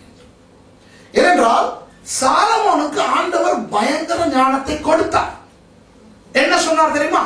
உன்னை போல ஒரு ஞானி உனக்கு முன் இருந்ததும் இல்லை, உனக்கு பின் வரப்போவதும் இல்லை என்றுதான் சொன்னார். ஆனால் சாத்தானை பற்றி இங்கே என்ன தெரியுமா சொல்லப்பட்டிருக்கிறது? ஞானத்தால் நிறைந்தவன். சாலமோன் ஞானத்தால் நிறைந்திருக்கவில்லை. மனிதர்களில் நல்ல ஞானியாய் இருந்தவன் சாலமோன். ஆனால் சாலமோனை விட ஞானத்தால் நிறைந்தவன் யார்? சாத்தான். ஆகவே சாத்தானுடைய சூழ்ச்சிகள் ஞானம் சம்பந்தமாயும் இருக்கும். சரியா? உடனே நினைக்காதீங்க, ஆஹா கர்த்தர் நம்ம பாஸ்டர் பத்தி பேசுறார், பாஸ்டர் ஞானம் மூலமா பிசாசு வேலை செய்வான். இல்ல, அந்த ஞானம் அல்ல, இது வேற ஞானம். சரியா? அப்போ ஞானத்தால் நிறைந்தவன் என்று சொல்லும் பொழுது இன்றைக்கு பாருங்கள், ரெண்டு ஞானம் உலகத்திலே ரெண்டு ஞானம் இருக்கிறது. ஒன்று தூய ஞானம், அடுத்தது பிரயோக ஞானம். சரியா? தூய ஞானம் என்பது மாற்றப்பட முடியாத ஒன்று. பிரயோக ஞானம் என்பது தூய ஞானத்தின் அடிப்படையில் பிரயோகத்துக்காக பயன்படுத்துகிற ஞானம். சரி, இப்ப தூய ஞானம் என்றால் என்ன? மேலே இருந்து ஒரு பொருளை போட்டால் அது கீழே விழும். சரியா? இந்த பாருங்க, இந்த சம்பவம் 6000 வருடங்களுக்கு முன்பு நடந்திருந்தாலும் இந்த பொருள் இப்படியே விழுந்திருக்கும். சரியா? ஏன்? புவி ஈர்ப்பு விசை என்ற ஒன்று இருக்கிறது. அதை மாற்ற முடியுமா யாராலும்? முடியாது. அதுதான் தூய ஞானம். சரியா? ஆனால் இப்படி விழுகின்ற இந்த பொருளினுடைய வேகத்தை அளவிட்டு அதற்கு எதிரான ஒரு வேகத்தை இந்த பக்கமாய் செலுத்தி இந்த புவி ஈர்ப்பு விசையை விட வேகமான ஒரு உந்து சக்தியால் இந்த பொருளை தள்ளினால் கீழே விழாமல் பறக்க வைக்கலாம். இது பிரயோக ஞானம். இப்படித்தான் விமானம் கண்டுபிடிக்கப்பட்டது. சரியா? பிரயோக ஞானம். இப்போ 2 2 4, 10,000 வருடங்களுக்கு முன்பும் 2 2 4, இன்னும் 10,000 வருடங்களுக்கு பிறகும் 2 2 4, என்றைக்குமே 2 2 5 ஆகாது. இது தூய ஞானம். ஆனால் இந்த ஞானத்தை பயன்படுத்தி அதற்கேற்ற விதத்தில் சில கணக்குகளை போட்டு பொறியியலாளர்கள் அமைத்து என்ஜினியரிங் செய்து கொண்டிருக்கிறார்கள். சரியா? அப்ப இன்றைக்கு உலகம் எப்படி இருக்கிறது? எப்படிப்பட்ட உலகத்திலே இந்த 21ஆம் நூற்றாண்டில் வாழ்கிறோம் தெரியுமா? பிரயோக ஞானம் நிறைந்த ஒரு உலகம். சரியா? பிரயோக ஞானம் பயங்கரமா இருக்கிறது. அதாவது தூய ஞானத்தின் அடிப்படையிலே பிரயோக ஞானத்தை கண்டுபிடித்து பயங்கர முன்னேற்றமா இருக்கிறது. இன்றைக்கு ஐபோனை எடுத்துக்கொண்டால் இதிலே எவ்வளவு விடயங்கள் இன்றைக்கு கண்டுபிடித்து வைத்திருக்கிறான். சரியா? ஆமாவா இல்லையா? இன்றைக்கு ஒரு பக்கத்தில் ஐபோன், ஒரு பக்கம் சாம்சங் கேலக்சி, இன்னொரு பக்கம் கம்ப்யூட்டர்ஸ், டேப்லெட், இல்லையா? இப்படி விமானங்கள், ராக்கெட் விடுறான், ஆயுதங்கள். இன்றைக்கு இந்த பிரயோக ஞானத்தால் எந்த அளவு வேலை செஞ்சு கொண்டிருக்கு. இப்ப நம்ம ஸ்ரீலங்காவில் நீங்க இருந்தீங்களே, சின்ன காலத்துல நம்ம ஸ்ரீலங்காவில் இருந்த காலத்துல யாராவது எங்களுக்கு சொல்லியிருந்தா வெளிநாட்டில் ஒரு மெஷின் இருக்குதான், அந்த மெஷினை வாகனத்தில் எடுத்துக்கிட்டு போனா அது சொல்லுமா, இப்ப ரைட்டுக்கு திரும்பு, இப்ப இடது பக்கம் திரும்பு, இப்ப நேர போ, நீ போற இடத்துக்கு இன்னொரு 2 மணி நேரத்துல நீ போயிருவ. சரியா? போகாத ரோட் பிளாக் இருக்கு, ரோட் செய்யறான். சரியா? வேற வழி உனக்கு காட்டட்டுமா? டிராபிக் குறைஞ்ச ரோட் காட்டவா, இல்ல கூட ரோட் பரவாயில்லையான்னு கேட்குமா? இப்படி சொல்லி இருந்தா நம்பி இருப்பீங்களா? இப்படி ஒரு மிஷின் இருக்குது. என்ன சுத்துற, என்ன எங்களை சுத்துறேன்ட்டு நான் சொல்லியிருப்போம் இல்லையா? ஆனா அந்த மிஷின் தான் இன்னைக்கு எல்லாரும் கையிலையும் இருக்கு இல்லையா? நேவிகேட்டர்ல டம் டம் ஜிபிஎஸ் வச்சுக்கிட்டு இருக்கிறோம். பிரயோக ஞானம் இந்த அளவுக்கு வளர்ந்து போயிருக்கிறது. சரியோ சரியா? டெலிபோன்ல மூஞ்ச பார்த்து அந்த பைபிள்ல இருக்குதானே முகத்தை பார்த்துக்குருவான்னு 70கள் அதை சொல்லும் போது நமக்கு சொன்னாங்க. ஒரு காலத்துல டெலிபோன்ல இங்க இருந்து நம்ம டெலிபோன்ல அங்கிட்ட பேசுறாங்க மூஞ்ச பார்க்கலாங்க. முதல்ல நினைச்சோம் சுத்துறான் நம்மள அப்படின்னு. ஆனா இன்னைக்கு அதுதான் நடந்துகிட்டு இருக்குது இல்லையா? வீட்டுக்குள்ள நடக்கிறது எல்லாம் பாக்குறதுக்கு கேமரா எல்லாம் இருக்கா. நமக்கு அந்த காலத்துல தெரிஞ்ச கேமரா என்ன தெரியுமா? இப்படி வச்சு பிடிக்கணும் போட்டோ. அங்க இருக்கிறாள் இங்கிட்டு வாங்க இப்படி நின்னுங்க. அப்புறம் டக்குன்னு குத்தும் போது ஒரு லைட் ஒரு பல்ப் ஒன்று ட்ரெயின் கீழே விடும். சரியா? அந்த காலத்துல நமக்கு சொன்னாங்க வீடுகள் உள்ளுக்கெல்லாம் கேமரா போட்டு வச்சிருப்பானா அந்தி கிறிஸ்து பாக்குறதுக்கு. இப்ப அந்தி கிறிஸ்து இல்ல, நம்ம ஆளுகளே பாக்குறதுக்கு வீட்டுல கேமரா போட்டு வச்சிருக்கோம். நம்ம பைபிள் ஸ்கூல்ல எல்லா இடமும் பூட்டி வச்சிருக்கு. டாய்லெட் தவிர, டாய்லெட்டையும் பெட்ரூமையும் தவிர. சரியா? அப்போ பிரயோக ஞானம். அதாவது இன்றைக்கு பிசாசு என்ன தெரியுமா செய்கிறான்? பிரயோக ஞானத்தை தூய ஞானத்தை விட அதிகமாய் காட்டி ஜனங்களை ஏமாற்றுகிறான். சரி, தூய ஞானம்னா எது? இது உண்டா இல்லையா? இதுதான் தூய ஞானம். இது முதல் எழுதப்பட தொடங்கியது கிறிஸ்துவுக்கு முன் 1500ஆம் ஆண்டளவில். அதாவது 3500 வருஷங்களுக்கு முன்பு. எழுதி முடித்தது முதல் 100ஆம் ஆண்டளவில், கிறிஸ்துவுக்கு பின் 100ஆம் ஆண்டளவில். சரியா? அப்போ 2000 வருஷங்களுக்கு முன்பு இந்த வேதம் என்னத்தை சொன்னதோ அதைத்தான் இன்றும் சொல்லுகிறது. மாத்திருச்சா? மாற்றுமா? இல்ல. 2000 ஆண்டுகளுக்கு முன்பு இந்த வேதம் சொன்னது ஆதியிலே தேவன் வானத்தையும் பூமியையும் சிருஷ்டித்தார். இப்பயும் வேதம் அப்படித்தான் சொல்லுது. மாத்திருச்சா? இல்ல. அப்போ வானத்தையும் பூமியையும் சிருஷ்டித்தது யார்? தேவன். அது தூய ஞானம். பிசாசு என்ன பண்ணுகிறான் தெரியுமா? இந்த பிரயோக ஞானத்தை படிக்கின்றவர்களுக்கு ஏதோ தாங்கள் பெரிய ஞானிகள் என்பது போல காட்டி, அது எப்படி பூமி ஆண்டவர் படைத்திருப்பார், அதெல்லாம் chemical reaction, big bang theory அப்படின்னு போட்டு வச்சுட்டான். இப்ப புரியுதா? சரியா? அப்போ இதுல இருக்கிறது புருஷன் தான் வீட்டின் தலை, பெண் ஜாதி சரீரம், புருஷனுக்கு கீழ்ப்படி. ஆனா இப்போ பிரயோக ஞானத்தினால என்ன தெரியுமா? ஈக்குவல் ரைட்ஸ், சம உரிமை.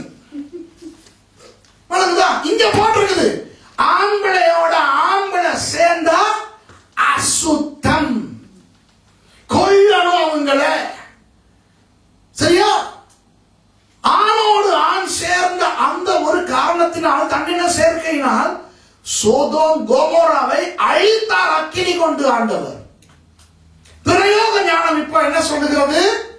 ஐயோ அவன் அப்படித்தான் பிறக்கிறான் பாவம், ஆகவே அவனுடைய பலவீனத்தில் நாங்கள் அவனை ஏற்றுக்கொள்ளணும் அப்படின்னு சொல்லுது.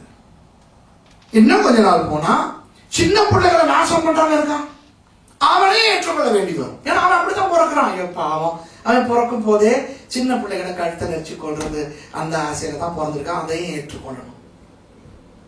பிரயோக ஞானம் புரியுதா உங்களுக்கு? பிரயோக ஞானம் கொண்டு பிசாசு இன்றைக்கு உலகத்தை ஏமாற்றிக் கொண்டு வருகிறான். ஆகவே பிரயோக ஞானம் கொண்டு நம்மையும் அவன் ஏமாற்றாமல் நாம் கவனமாய் பார்த்துக் கொள்ள வேண்டும். அதனால இன்னைக்கு பாஸ்டர்மார் என்ன தெரியுமா? விசுவாசி செஞ்சா எனக்கு பரவாயில்லை, விசுவாசி செஞ்சா எனக்கு பரவாவே இல்லை. ஆனா பாஸ்டர்மார் செய்யற ஒரு கேவலத்தை நான் சொல்றேன் கேளுங்க. நான் இதுக்கு அடிக்கடி சொல்லி இருக்கிறேன். பாஸ்டர்மார் தங்களுடைய பிள்ளைகளை என்ன படிக்க அனுப்பணும்? தூய ஞானம். ஏன்னா பாஸ்டர் யார்? தூய ஞானத்தை பேசுகிறவன். உங்களுக்கு தெரியுமா, உலகத்துல இருக்கிற ஆகப்பெரிய ஞானிகள் பாஸ்டர்மார் தான். ஏன்னா அவங்க தான் தூய ஞானத்தை பேசுறாங்க. சரியா? இன்னைக்கு பாஸ்டர்மார் என்ன தெரியுமா செய்யறாங்க? தங்களுடைய பிள்ளைகளை பிரயோக ஞானத்துக்கு அனுப்புறாங்க. விசேஷமா இலங்கையில் இருக்கிற பாஸ்டர்மார்லாம் தங்க பிள்ளைகளை அமெரிக்காவுக்கு அனுப்புறாங்க, இங்கிலாந்துக்கு அனுப்புறாங்க, ஆஸ்திரேலியாவுக்கு அனுப்புறாங்க. போயிட்டு இன்ஜினியரிங் படி, மெடிசின் படி, லா படி அப்படின்ட்டு. அப்ப பாஸ்டர்மாருடைய பிள்ளைகள் என்ன ஆகுது? என்ஜினியர் ஆகுது, டாக்டர் ஆகுது, லாயர் ஆகுது. சரியா? அப்ப பாஸ்டர்மார்கிட்ட கேட்டு அவங்க என்ன சொல்றாங்க? என் பிள்ளை மருந்து கொடுத்துக்கிட்டே ஊழியம் செய்வான். ஓ, சட்டம் பேசிக்கிட்டே ஊழியம் செய்வான். பாலம் கட்டிக்கிட்டே ஊழியம் செய்வான். வசனத்தை காட்டிக்கோங்க. நெகேமியா காலத்துல ஒரு கையில பட்டயமும் மற்ற கையில சிமித்தி கரணையும் பிடிச்சி அவங்க அரங்கம் கட்டினாங்க. அதனால இவர் ஒரு கையில ஸ்டெத்தாஸ்கோப், மறு கையில பைபிள். இப்போ என்னன்னா, இப்ப பாஸ்டர் மாருங்கிறது கஷ்டமான வாழ்க்கை. ஆமாவா இல்லையா? உங்களுக்கு தெரியாது, பாஸ்டர் மாருக்கு தான் தெரியும். பாஸ்டர் மார் வந்து கஷ்டப்பட்டு தான் வாழணும். சரியா? நிறைய ஜெபிக்கணும், நிறைய பைபிள் வாசிக்கணும், ஜனங்களோட போராடணும், பிசாசோட போராடணும். சரியா? ஆண்டவரோடையும் போராடணும், இந்த யாக்கோபு செஞ்ச மாதிரி. சரியா? கஷ்டம். அதோட அந்த பாஸ்டர்மாருக்கு பெரிய பொருளாதார வளர்ச்சி அவ்வளவு இருக்காது. உண்மைதானே? அப்போ இன்றைக்கு நிறைய பாஸ்டர்மார் என்ன நினைக்கிறார்கள் தெரியுமா? நான் கஷ்டப்பட்டது போல என் பிள்ளை கஷ்டப்படக்கூடாது. அதனால பிள்ளைகளை என்ன செய்யறாங்க? இந்த மாதிரி பிரயோக ஞானத்துக்கு அனுப்புறாங்க. சரியா? இப்போ என்ன பொறுத்தவரை பாஸ்டர்னா யார் தெரியுமா? சிங்கம். பாஸ்டர்னா யார்? சிங்கம். அதுக்கு முன்னால ஆணவ போட்டுக்கிறாங்க. சரியா? அப்ப சிங்கம் ஆயிரும். சிங்கம். அப்ப சிங்கம் எப்படி இறை தனக்கான சாப்பாட்டை பெற்றுக்கொள்ளும்? பார்த்துருக்கீங்க தானே நீங்க? டிஸ்கவரி சேனல்ல பார்க்கலாம், நெட் ஜியோ, அனிமல் பிளானட், இதெல்லாம் பார்க்கலாம். சரியா? சிங்கம் நல்லா பிளான் பண்ணி அந்த குறிப்பிட்ட மிருகத்தை விரட்டி போயிட்டு கடைசியில பாஞ்சு அதை புடிச்சு குறவலைய நெரிச்சு கீழே போட்ட பிறகு சிங்கத்துக்கு உடனே சாப்பிட முடியாது. ஏன்? டயர்டு. அப்படி வச்சுக்கிட்டு அப்புறம் மெதுவா சாப்பிட ஆரம்பிக்கும். ஆமாவா இல்லையா? இதுதான் சிங்கம். இந்த களைப்பு இல்லாம சாப்பிட மிருகம் என்னது? மாடு, ஆடு, மான், குதிரை, கழுதை. எப்படி? நிக்கிற இடத்துல நின்று குடிஞ்சா புல்லு. என்னைக்காவது மாடு புல்ல விரட்டிக்கிட்டு போயிட்டு சாப்பிட பார்த்திருக்கீங்களா? ஆடு கொலைய விரட்டிக்கிட்டு போறத பார்த்திருக்கீங்களா? இல்லையே. அது பாட்டு அவங்க எக்ஸசைஸுக்கு சும்மா ஆசையா மாங்கலாம் பார்த்திருக்கீங்களா?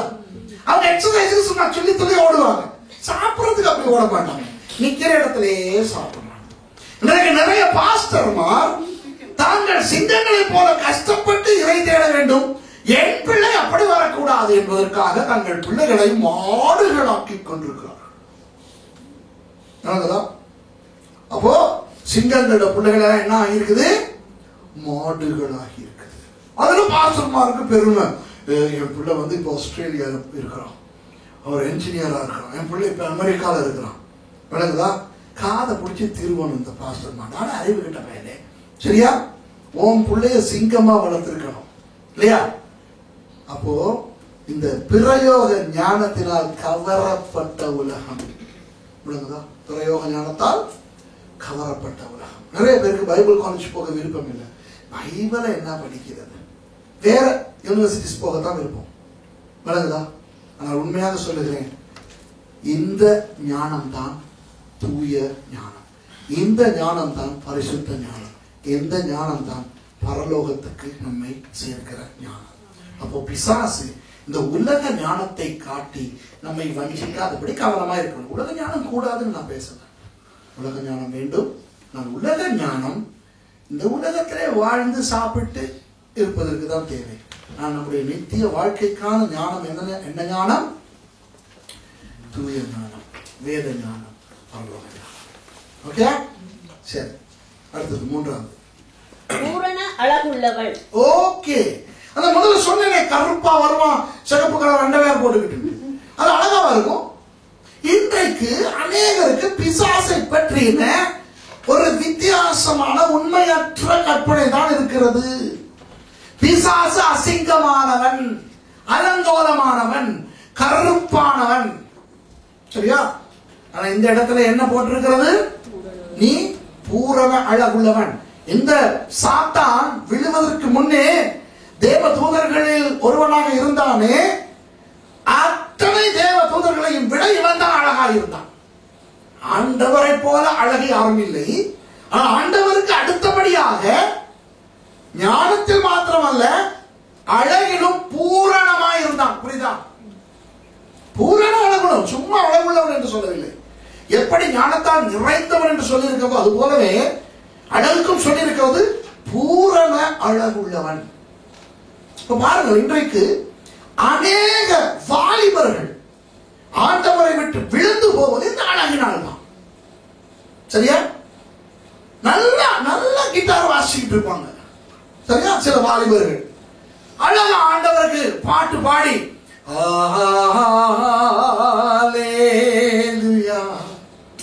பிசாசு வந்தா தெரியும் உங்களுக்கு. பிசாசு எப்படி வரும்? அசிங்கமா அலங்கோலமா கருப்பமா வரும். ஆனா இப்படி கண்ணை மூடி கண்ணை திறக்கும் போது கதவு வழியால அழகான ஒரு பொம்பளை வருது. சரியா? அவன் ஆவி ஆத்மா சரீரம் இடம் மாறியது. இதோ வருகிறாள் என் எதிர்கால மனைவி. அவ கல்யாணம் கட்டி இருக்காளா இல்லையான்னு கூட தெரியாது. சரியா? இன்றைக்கு நிறைய பேர் இந்த அழகை பார்த்து வீணா போயிருக்காங்க. அழகு ஆண்டவர் எல்லாரையும் அழகாகத்தான் படைத்திருக்கிறார். சரியா? ஆனால் பிசாசு என்ன செய்கிறான்? அவனுக்கு இந்த அழகின் கவர்ச்சி என்னவென்று தெரியும். ஆகவே இந்த அழகை காட்டி இன்றைக்கு நிறைய வாலிபர்களை மோசம் போக்கிக் கொண்டிருக்கிறான். சரியா? இன்றைக்கு அநேக திருமணம் செய்தவர்கள் தங்கள் திருமணத்துக்கு அப்பாற்பட்ட தவறான உறவுகள் வைத்திருப்பதற்கு காரணம் இந்த அழகு. அழகுதான். விருப்பமோ இல்லையோ உண்மையாகவே கர்த்தர் அந்த ஆளுக்கு ஏற்ற ஆளை கொடுத்திருக்கிறார். சிங்களத்தில் அழகா சொல்லுவாங்க, ஏ பனீஸ்வரட்ட ஏ கேசர். சரியா? அந்த பனிஷுக்கு அந்த வாழைப்படம். சரியா? அது மாதிரி இந்த இருக்கார் நம்ம பிரதர் சீலன், இவருக்கு இஷ்டகாலா தான். அவ்வளவுதான். வரதன் இருக்காரு, அவருக்கு அவங்கதான். ஆண்டவருக்கு தெரியும் யாருக்கு யார கொடுக்கணும். இது உலகத்தவனுக்கே தெரியுது இல்லையா? திருமணம் சொர்க்கத்தில் நிச்சயிக்கப்படுகிறது. அவன் தெரியாம சொல்றான். உண்மையில அதுதான். ஆண்டவர் ஆதாமுக்கு ஆண்டவர் தான் ஏவாளை கொடுத்தார். சரியா? அப்போ அந்த கணவனுக்கு தன்னுடைய மனைவி தான் எல்லா பெண்களையும் விட அழகானவளாக தெரிய வேண்டும். சரியா? அந்த மனைவிக்கு தன்னுடைய கணவன் தான் எல்லா ஆண்களையும் விட அழகானவனாக தெரிய வேண்டும். கலா சிரிக்கிறத பார்த்தா வேற என்னத்துக்கு நல்லா சொல்ல போய் குடும்பத்துல பிரச்சனை உண்டு பண்ணுவாங்க இல்லையா? சரி இல்லையா? நான் குடும்பத்துல பிளவு உண்டு பண்ண வரேன். ஏதோ இன்னையில இந்த ரெண்டு பேரும் ஒருத்தர் பார்த்து 1000 பெண்கள் அழகானவர்கள் உண்டு சீலன் எப்படி வர்ஷிப் பண்ணுவார் பாட்டு. சரியா? அது மாதிரி இன்னைக்கு வீட்டுல என்ன நடக்கும் தெரியுமா? 1000 அழகிகள் பார்த்ததுண்டு ஆனால் உன்னை போல் பார்த்ததில்லை அப்படின்னு சீலன் பாட போறான். பக்கத்து வீட்டுக்காரங்களாம் குழம்ப போறாங்க. சரியா? அப்போ உண்மையாக இன்றைக்கு அழகு வேதத்திலே அழகை பற்றி அழகாக சொல்லி இருக்கிறது. சரியா? வெளியரங்கமான அழகை நாட வேண்டாம். அது இன்றைக்கு இருக்கும், நாளைக்கு இருக்காது. உள்ளான அழகுதான் முக்கியம். பெண்களுக்கு சொல்லி இருக்கிறது. சும்மா மயிரை பின்னி நகைகள் போட்டு, அதுக்காக மயிரை பின்னாக நகை போடாத இல்லை. இதை வச்சுக்கிட்டு நகை போடக்கூடாதுன்னு பிரசங்கம் பண்ணிடுவோம். சும்மா மயிரை பின்னி நகைகளை போட்டு வெளியான ஷோக் காட்டுவதை விட உள்ளான அழகு முக்கியம். பவுலடியார் அதைத்தான் சொல்லுகிறார். சரியா? இப்ப நம்ம எல்லாரையும் ஆண்டவர் அழகானவர்களாக்கி வைத்திருக்காங்க. எப்படி?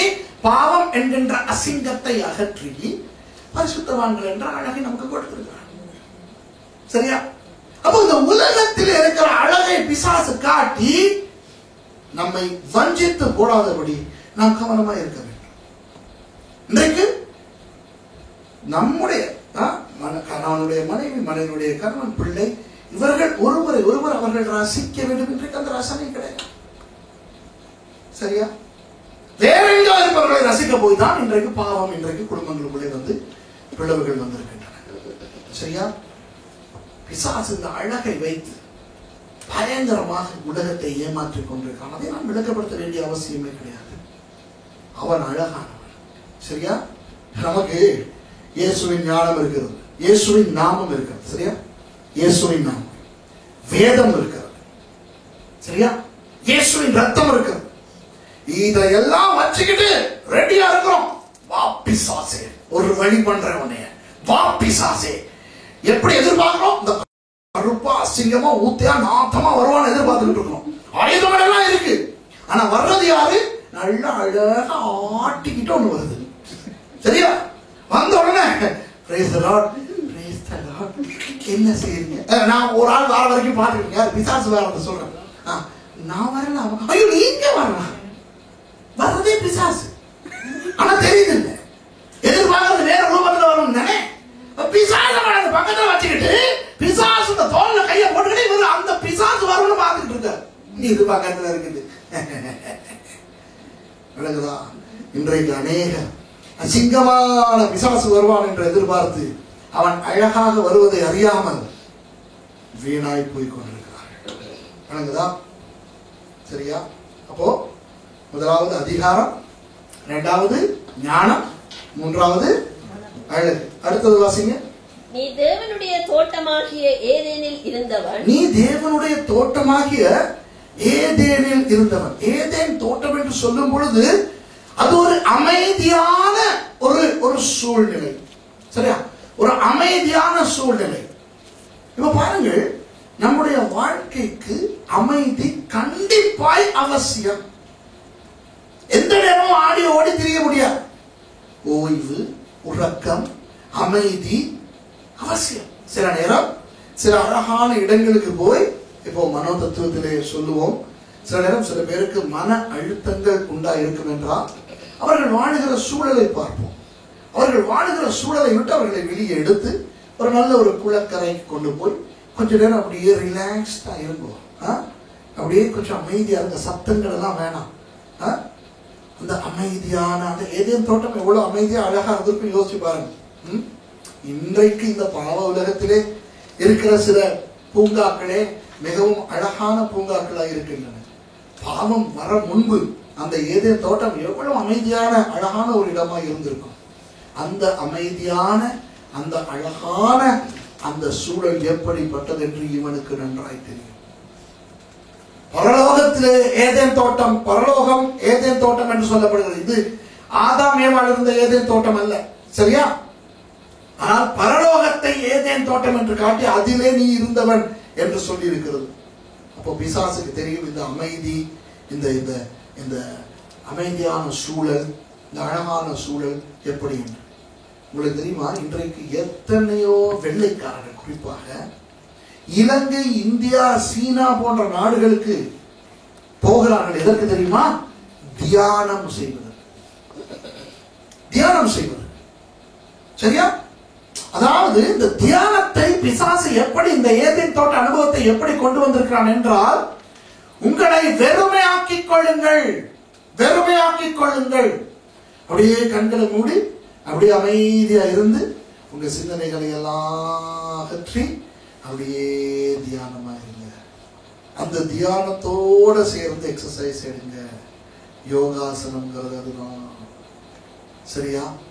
யோகாசனம், யோகா. சரியா? இன்றைக்கு எத்தனை கிறிஸ்தவங்க யோகா செய்யறாங்க தெரியுமா? எத்தனை கிறிஸ்தவ சபைகளுக்குள்ள யோகா நடக்குது தெரியுமா? எத்தனை பாஸ்டர்மார் யோகா செய்யறாங்க தெரியுமா? ஆனால் யோகாவை பற்றி உங்களுக்கு ஒரு விஷயம் சொல்லட்டுமா? இந்த யோகாசனம் என்பது யார் உண்டாக்குனது தெரியுமா? உலகத்தில் முதல் அரசனாய் ஏற்பட்ட கில்காமேஷ் என்கின்றவன், வேதத்திலே அவனுக்கு நிம்ரோட் என்று பெயர். அவன் தான் இதை உண்டாக்கினான். அவன் தன்னுடைய உண்மையான தாயாகிய செமிரமிஸை திருமணம் செய்த ஒரு கயவன்.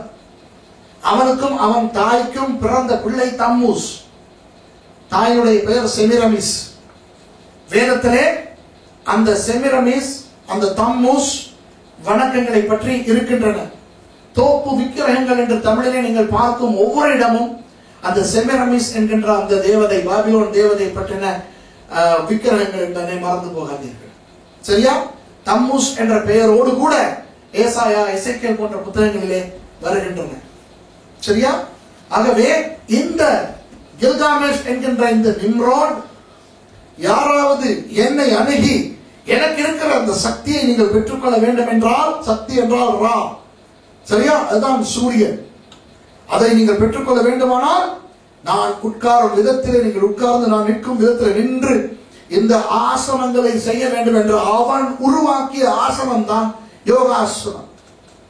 பிற்காலத்திலே அந்த பாபேல் கோபுரத்திலே மொழி சிதறடிக்கப்பட்ட பிறகு, சரியா, மொஹஞ்சதாரோ ஹரப்பா பிரதேசத்துக்கு போனவர்கள் இந்த ஆசனத்தை அவர்கள் செய்து கொண்டிருந்த பொழுது, சரியா, ஆரியர்கள் அங்கே போய், ஜெர்மன் பிரதேசத்தில் இருந்த ஆரியர்கள் அங்கே போய் அந்த ஆசனங்களுக்கான ஒரு தெய்வம் என்ற ஒரு தெய்வத்தை உருவாக்கி, இந்து தெய்வங்கள் 3 மும்மூர்த்திகளில் பிரம்மா, விஷ்ணு, உருத்திரன் என்று சொல்லுகிறார்களே, அந்த உருத்திரன் என்று சொல்லுகின்ற அந்த தெய்வத்தை, அதாவது சிவனை, அந்த ஆசனங்களை தெய்வமாக்கி யோகாவின் தெய்வம் யோகா ஈஸ்வர், யோகேஸ்வர் என்று போட்டார்கள். அதுதான் தமிழிலே யோகேஸ்வரன் என்று சொல்லப்படுகிறது. சரியா? ஆகவே முதல் தோன்றிய, உலகத்தின் முதல் தோன்றிய மதத்தில் பிழையான முறையில், தவறான முறையில் தனக்கு சக்தியை எடுத்துக்கொள்ள பிசாசினால் கற்றுக் கொடுக்கப்பட்ட யோகாசனம் இன்றைக்கு இந்தியாவிலிருந்து மறுபடி மேற்கத்திய நாடுகளுக்கு வந்து எல்லாருக்கும் ரிலாக்ஸ் பண்ற ஒரு எக்ஸசைஸ். யோகா என்னது? Relax exercise. ஏதேன் தோட்டம், பாத்தீங்களா? அமைதி. ரொம்ப பிரச்சனையா வீட்டுல, வேலை செய்யற இடத்துல ஒரே தொல்லையா, பணம் இல்லையா, அங்க பிடிக்குது இங்க பிடிக்குது, அங்க இழுக்குது இங்க இழுக்குதா, எல்லாத்துக்கும் சேர்த்து வச்சா போல உங்களுக்கு ஒரு தீர்வு என்ன தெரியுமா? யோகா. நீங்க அந்த சாமிகளை கூப்பிட தேவையில்லை, அந்த ஆசனங்களை செய்ய. அப்படியே உள்ளத்தை வெறுமையாக்குங்க, வெறுமையாக்குங்க. இயேசு சொல்லுகிறார், வெறுமையான இடத்துக்கு போன பிசாசு ஏழை கூட்டி கொண்டு வரும். வேதத்திலே தியானம் என்று சொல்லுவது வெறுமையாக்குவதல்ல, நிரப்புவது. வேத வசனத்தை இரவும் பகலும் தியானிப்பாயாக என்று யோசுவா 1:8 சொன்னது வசனத்தை நிரப்பு, வெறுமையாக்க அல்ல. பிசாசுக்கு தெரியும் எப்படி அந்த தவறான தியான முறைகளை உலகத்துக்கு அறிமுகப்படுத்தி ஜனங்களை ஏமாற்ற வேண்டும். தெரியுமா? எத்தனை பேர் என்கிட்ட கேள்வி கேட்கிறாங்க தெரியுமா? இப்போ கிறிஸ்தவர்கள், பாஸ்டர்மா, அது எப்படி சொல்லுவீங்க யோகா? பிசாசுகள் ஸ்கூல்களை மணந்தாச்சு ஸ்ரீலங்காவில். இப்ப கிறிஸ்தவ பிள்ளைங்க, அன்னைக்கு ஒரு கிறிஸ்தவ தாய் எனக்கு எடுத்து கேக்குது, ஐயோ பாஸ்டர், என்னுடைய 8 வயசு மகளுக்கு கண்டிப்பா யோகா ஒரு பாடமா போட்டாங்களே, என்ன செய்யறது? மாஸ்டர் முடியாதுன்னு சொல்லு. ஐயோ அப்ப அந்த பாடம் ஃபெயில் ஆகும். பாடம் ஃபெயில் ஆனாலும் பரவாயில்ல, புள்ள ஃபெயில் ஆனாலும் பரவாயில்ல, பிசாசு. ஆனா பிசாசுங்கிற பேரே வராது, மதம்ங்கிற பேரே வராது. விளங்குதா? பாருங்கள் எந்த அளவுக்கு இந்த சத்துரு தன்னுடைய அந்த தனக்கு இருந்த அந்த அனுபவத்தை வைத்து ஜனங்களை ஏமாற்றிக் கொண்டிருக்கிறான். விளங்குதா? ஏதேன் தோட்டத்தில் இருந்தவன். அடுத்தது நான் ஒவ்வொன்றா என்ன போறேன், நீங்க வாசிக்க பாப்போம். பத்மராகம் 1, புஷ்பராகம் 2, வைரம் 3, படிகப்பச்சை 4, கோமேதகம் 5, யஸ்பி 6, இந்திரநீலம் 7, மரகதம் 8, மாணிக்கம் 9. முதலான சகலவித ரத்தினங்களும். அவ எத்தனை ரத்தினங்கள் இருக்குது? நவரத்தினங்கள், 9 ரத்தினங்கள். அதுவும் ரத்தினங்களும் பொண்ணு உன்னை மூடிக்கொண்டு இருக்கிறது. பொன் என்றால் என்ன? தங்கம். தங்கம் ரத்தினங்களுக்கு சேராது தானே? அப்போ நவரத்தினங்களும் இந்த தமிழில் நீங்கள் வாசித்த அந்த 9 பேர்களும் அந்த நவரத்தினங்களுக்கு ஆரம்ப நாவல் காலத்திலே சொல்லப்பட்ட பெயர்கள். இன்றைக்கு வேறு பெயர்கள் வைத்திருக்கிறார்கள். நவரத்தினம் தான். 9 விதமான ரத்தினங்களையும் தங்கத்தையும் இவனுக்கு ஆண்டவர் கொடுத்திருந்தாராம். என்ன அர்த்தம்? இவன் செல்வத்தால் நிறைந்தவன், ஐசுவரியன். பிசாசு ஏழை அல்ல. ஆண்டவர் பிசாசுக்கு நல்லா பணம் கொடுத்து வச்சிருந்தான். ஆகவே பிசாசு பணக்கார பிசாசு. நடிப்பான் வந்து. சில நேரம் பிசாசு பிடிச்சவங்க எங்ககிட்ட என்ன தெரியுமா கேட்பாங்க? கோழி அரைச்சு தான் நான் போறேன், இல்லையா, சாராயம் தான் போறேன், கேட்டிருக்கீங்களா? அதெல்லாம் நடிப்பு. பிசாசுக்கு அவ்வளவு பணமும் ஆண்டவர் கொடுத்து வைத்திருக்கிறார்.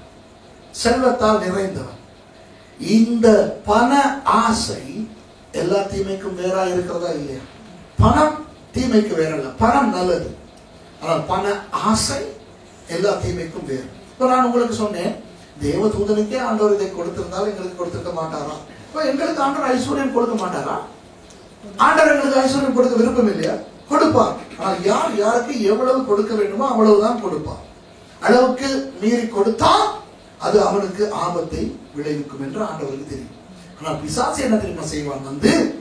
அந்த பண ஆசையை போட்டு ஒரு போட்டி மனப்பான்மையை உண்டாக்குவான்.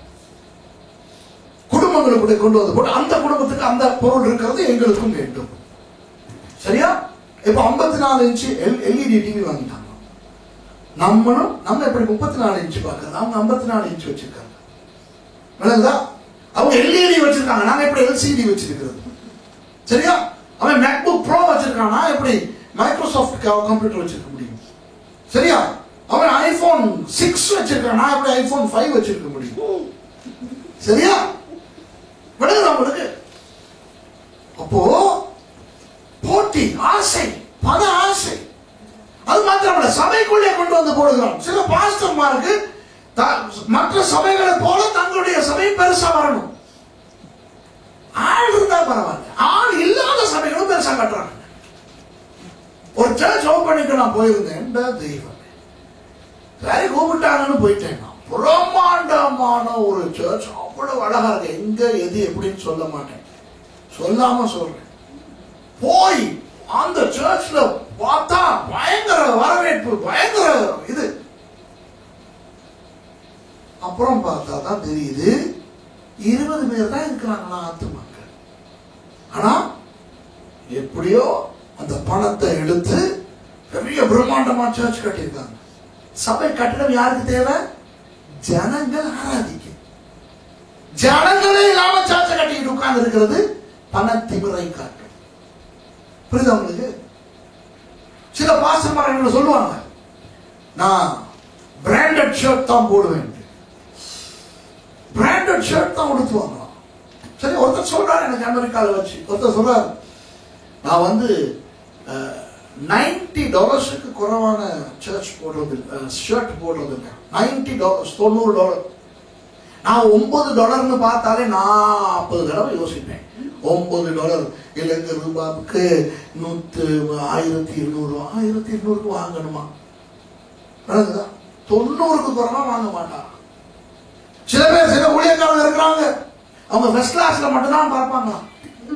அவங்க எக்கனாமிக் கிளாஸ்ல உட்கார்ந்தா அவங்க போற இடத்துக்கு போயிட மாட்டாங்கம்மா. சரியா? பிளைட்டா இருக்கட்டும், ட்ரெயினா இருக்கட்டும். சரியா? பண ஆசை, வசதி ஆசை. குறிப்பிட்ட இந்த வாகனம் தான் வச்சிருப்பேன் நான். சரியா? எனக்கு தெரியும், நிறைய ஊழியக்காரங்களை சொல்லிக்கிட்டே போகணும் உங்களுக்கு. சரியா? பண ஆசை. உங்களுக்கு தெரியுமா, இந்த பண ஆசை சபைக்குள்ளே வந்திருக்கிறபடினால் என்ன நடந்திருக்கிறது? இப்ப தமிழ் டெலிவிஷன், கிறிஸ்தவ டெலிவிஷனை பத்தி எனக்கு அவ்வளவு தெரியாததை பத்தி பேசக்கூடாது. ஆனால் இங்கிலீஷ் கிறிஸ்டியன் சேனல்ஸ் எனக்கு தெரியும். டிவியை பாருங்க, கவர்மெண்ட் சேனலை பாருங்க, சர்ச் சேனலை பாருங்க. என்ன நடக்குது தெரியுமா? சில அருமையான ஊழியக்காரர்கள் அருமையா பிரசங்கம் பண்ணுவாங்க, ஆனா கடைசியில பிச்சைக்காரன் மாதிரி பிச்சை கேட்டுட்டு இருப்பான். விளங்குது உங்களுக்கு?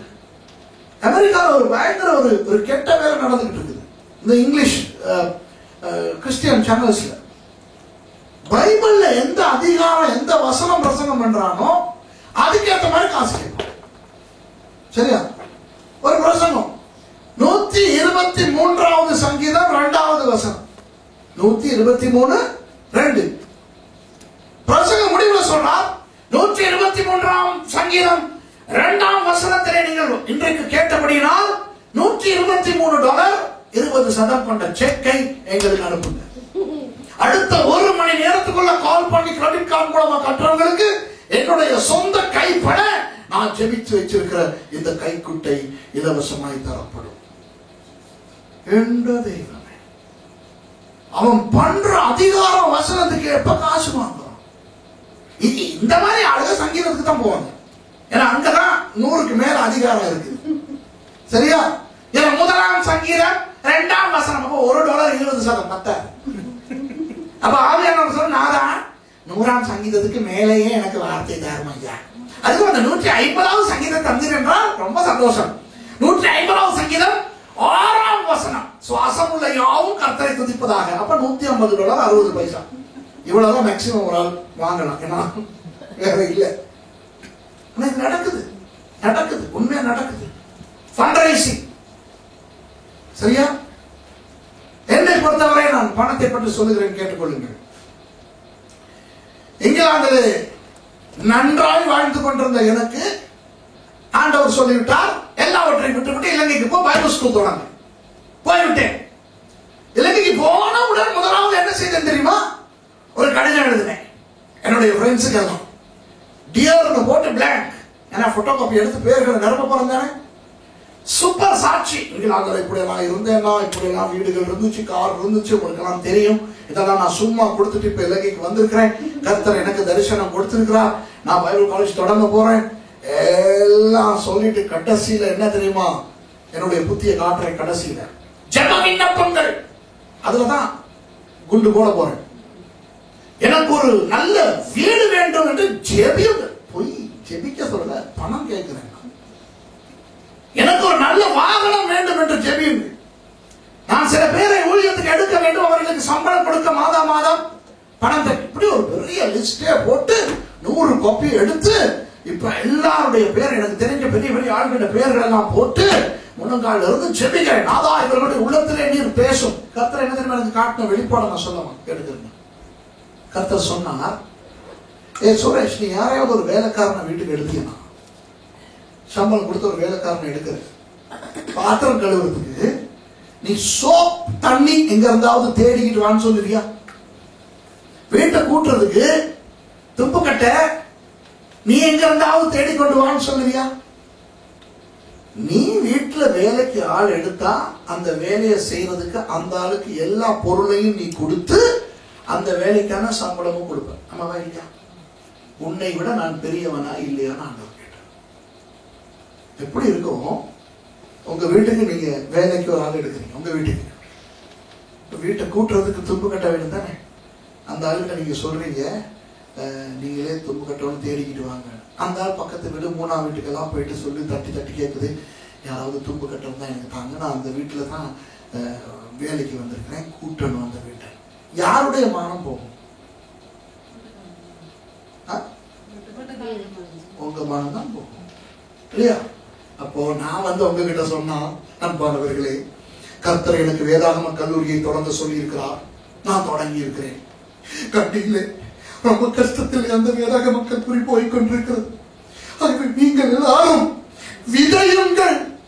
இதுதான் அந்த ரகசியம். என்னது? அந்த என்னுடைய ஊழியத்துல விதை விதையுங்கள். இதற்கு பேர் பிச்சை வாங்குதல். விளங்குதா?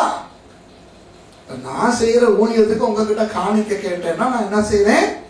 பிச்சை வாங்குகிறேன். இதை விட ஊழியத்தை ராஜினாமா செய்துவிட்டு சாமியாராய் போனால் இதை விட நல்லது. சரியா? அப்ப நீங்கள் என்ன செய்கிறீர்கள்? நீங்கள் விதைக்கவில்லை, பிச்சை போடுகிறீர்கள். சரியா? உங்களை தொட வைக்கலாம். சரியா? உங்களுக்காவது என்னைய நல்லா தெரியும். தெரியாத ஆளுங்க இருக்கிற இடத்துல போட்டு எப்படி தொட வைக்கலாம் தெரியுமா? சிலோனை பத்தி பயங்கரமா சொல்லி, என்னுடைய ஊழியத்தை பத்தி சொல்லி, அங்க இருக்கிறவங்களை பத்தி சொல்லி, அப்படியே பயங்கரமா உங்களை அப்படியே டச் பண்ண வச்சு, கொடுங்கள் அப்பொழுது உங்களுக்கு கொடுக்கப்படும், அமுக்கி குலுக்கி சரிந்தி விழும்படி செய்வார்கள். இப்படியெல்லாம் பண்ணி நான் ஊழியத்தை பத்தி கொஞ்சம் ஸ்லைட் எல்லாம் போட்டு என் ஸ்டூடெண்ட்ஸ் கொஞ்சம் களைச்சி போய் இருக்கிற நேரம் பார்த்து போட்டோ எடுக்கணும். அப்பதான் அவனை பார்க்க பரிதாபம் வரும். சரியா? அந்த மாதிரி போட்டோ எல்லாம் பார்த்து வாருங்கள், இந்த ஆத்மாக்களுக்கு கற்றுக் கொடுக்கிறோம் அப்படியா அப்படியான்னு சொல்லி நீங்க யோசிக்காம போட்டுருவீங்க. அப்புறம் போயிட்டு அவதிப்படுவீங்க. அது வேற, அது உங்க அவதி தானே, எனக்கு என்ன இல்லையா? இன்றைக்கு பல ஆசை பிசாசு என்ன செய்கிறான்? ஊழியக்காரர்களையும் விட்டு வைக்கவில்லை. ஊழியக்காரர்களையும் விட்டு வைக்கவில்லை. ஒரு தரம் பிரகாசித்தவர்கள், சரியா, ஒரு தரம் நல்ல விதமாய் ஊழியம் செய்தவர்கள் விழுந்து போகிறார்கள். எனக்கு இப்ப போன ஜூன் மாசம் ஆலோசனை கொடுக்குறாங்க எனக்கு, பாஸ்டர் சுரேஷ், நீங்க இப்ப யூடியூப்ல பயங்கர ஃபேமஸ். ஆனா யூடியூப்ல பாக்குறவங்களுக்கு எல்லாம் நீங்க எவ்வளவு கஷ்டப்பட்டு ஊழியம் செய்றீங்கன்னு தெரியாது. ஆகவே உங்களுக்கு தெரியாம நாங்க ஒரு விஷயம் ஒன்று செஞ்சிருக்கிறோம்.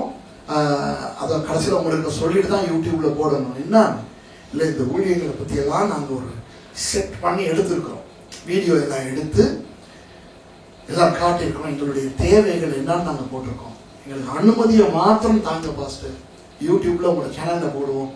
ஜனங்க நிறைய பேர் காசு கொடுப்பாங்க. என்ன நடந்துச்சு தெரியுமா? நான் கொடுத்த கலட்டுல பாத்ரூமுக்கு போயிட்டு அழுதாங்க.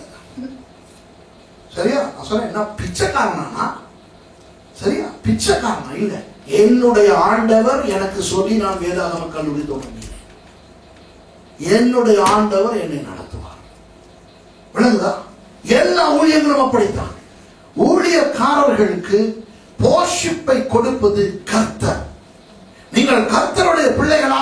நீங்கள் தேவ பிள்ளைகளா? உங்களை போஷிக்கிறவர் ஆண்டவர். குறுக்கு வழியிலே போய் பணம் சம்பாதித்து லாட்டரி டிக்கெட் சுரண்டி சீட்டு போட்டு வட்டிக்கு கொடுத்து இப்படி தவறான விதங்களில் நீங்கள் சம்பாதிக்க வேண்டிய அவசியம் கிடையாது. இதுதான் பிசாசினுடைய அந்த சூட்சுமம். புரியுதா? பிசாசுக்கு பணத்தினுடைய அந்த மகிமை தெரியும். அதுவே கவனமா இருக்கும். சரி, நம்ம கொஞ்சம் சீக்கிரம் அதில் பார்த்து முடிப்போம். வாசிங்க அடுத்தது. நீ சிருஷ்டிக்கப்பட்ட நாளில் உன் மேள வாத்தியங்களும் உன் நாகசுரங்களும் உன்னிடத்தில் ஆயத்தப்பட்டு இருந்தது. இந்த எபிரேய மொழியில பைபிள் எழுதப்பட்டது அல்லவா? எபிரேய மொழியிலே நாகசுரம் எல்லாம் கிடையாது. சரியா?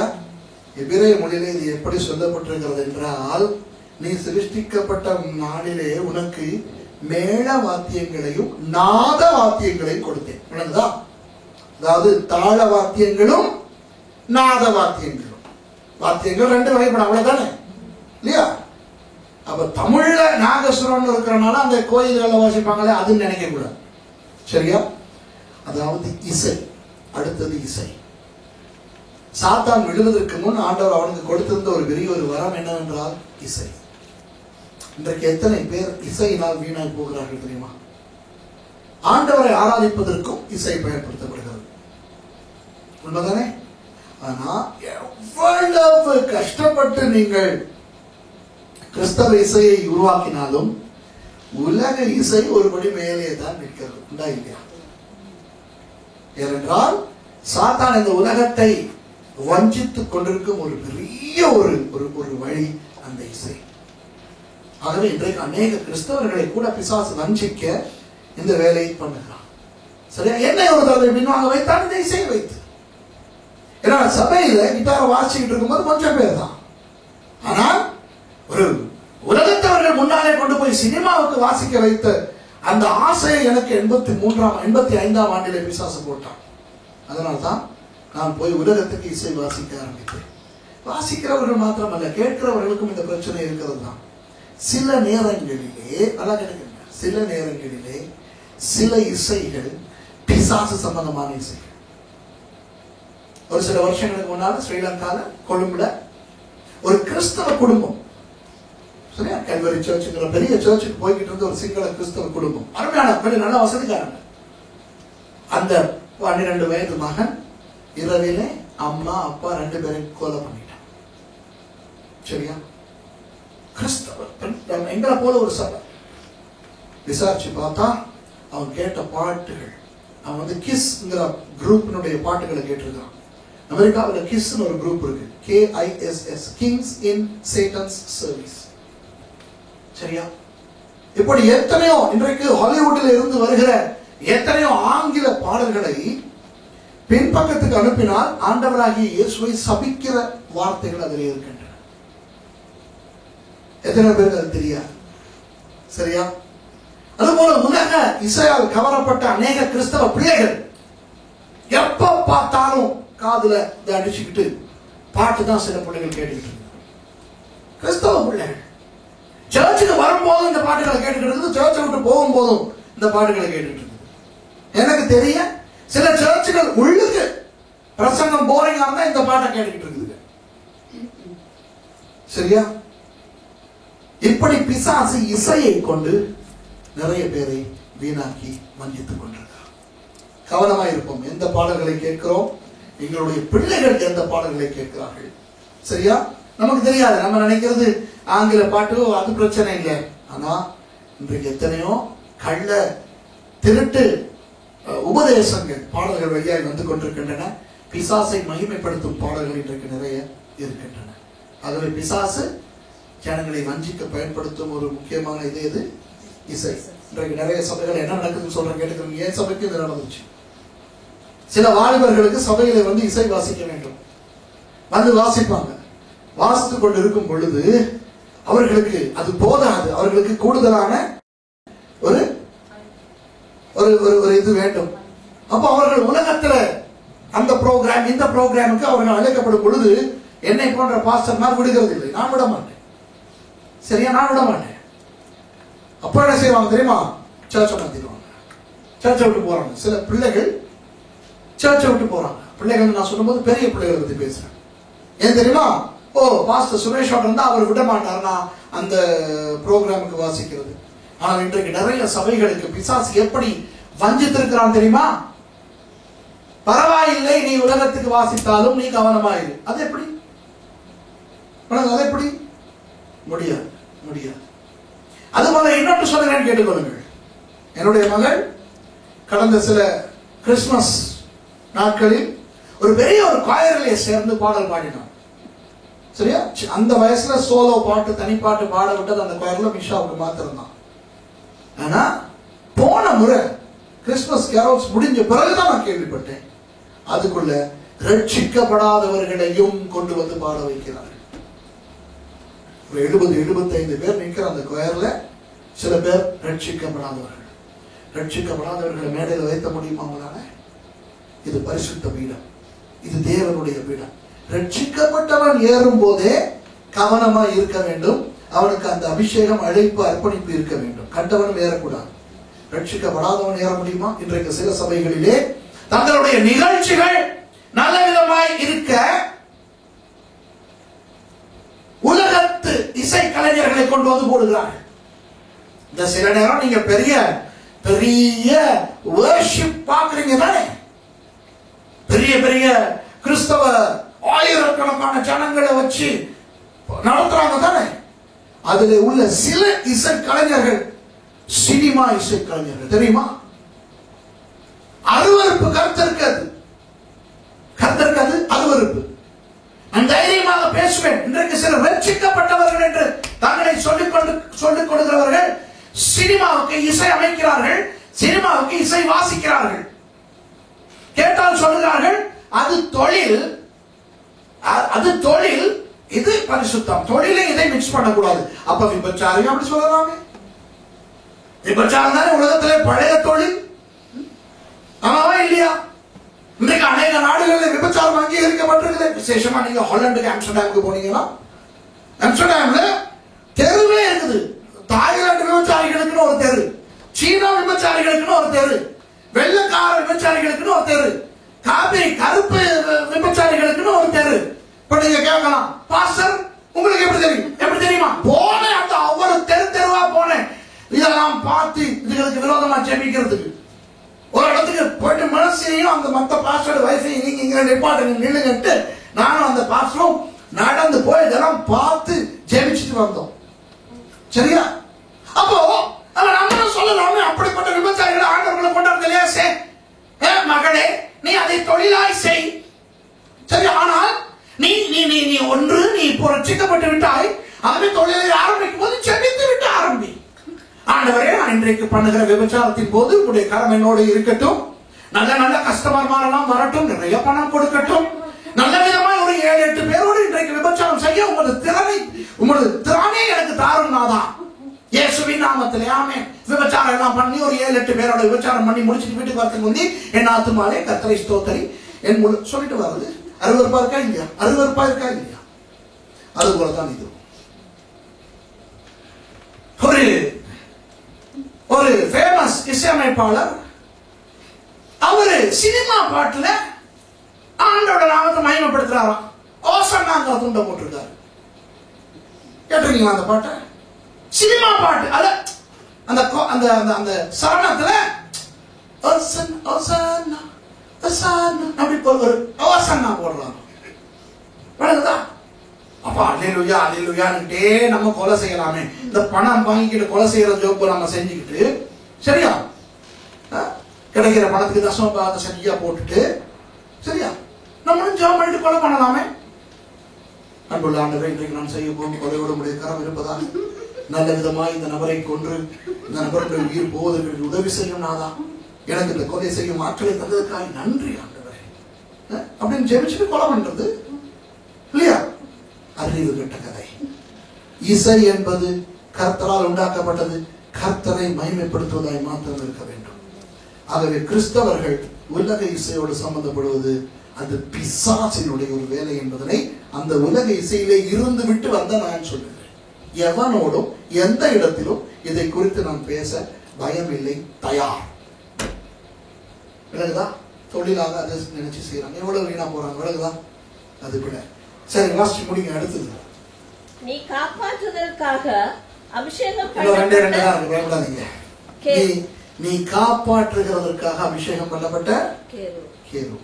இந்த கெஹூவ் என்ற அந்த இபிரேய சொல்லின் அர்த்தம் என்ன தெரியுமா? பட்டயம். கெஹூவ் என்ன? பட்டயம். அப்போ நீ பட்டயமாக உண்டாக்கப்பட்டாய். அப்போ பட்டயம் எதை குறிக்கும்? வீரத்தை குறிக்கும்.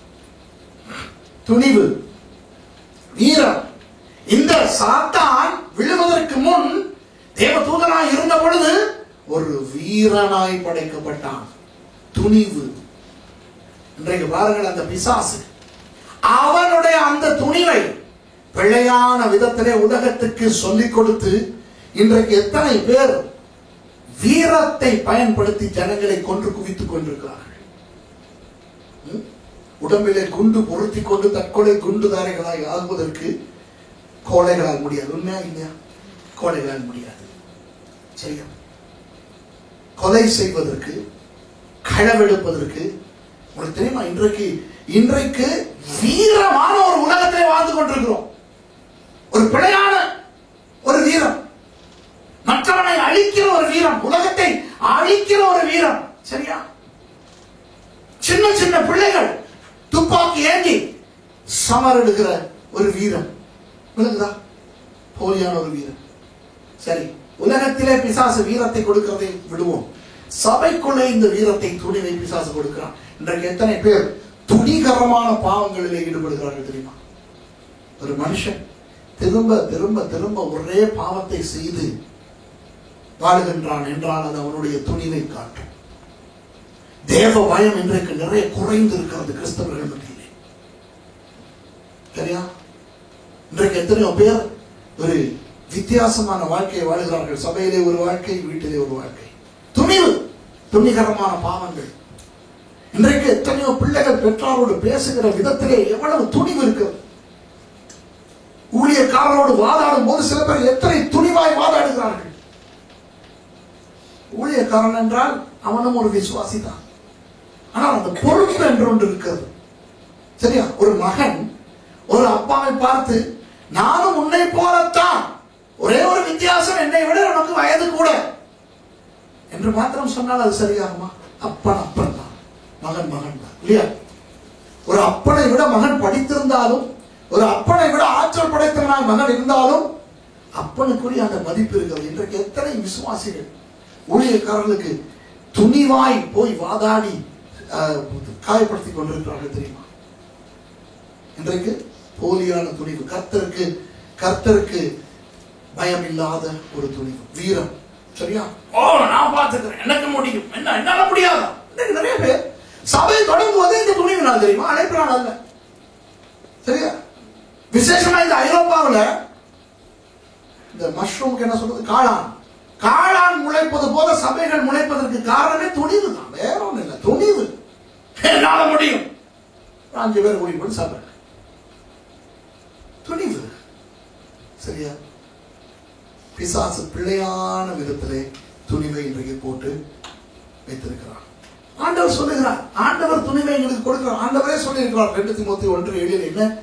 தேவன் நமக்கு பயமுள்ள ஆவியை கொடாமல் அன்பும் பலமும் தெளிந்த புத்தியுள்ள ஆவியை கொடுத்திருக்கிறார். பயமுள்ள ஆவி நமக்கு இருக்கக்கூடாது. ஆண்டவர் பயத்தை எங்களுக்கு கொடுக்கவில்லை. ஆனால் ஆண்டவருக்கே எதிராக வார்த்தைக்கு எதிராக, தலைமைத்துவத்துக்கு எதிராக நிற்கின்ற அந்த துணிவு, அது பிசாசிடமிருந்து வருகிற துணிவு, வீரம்.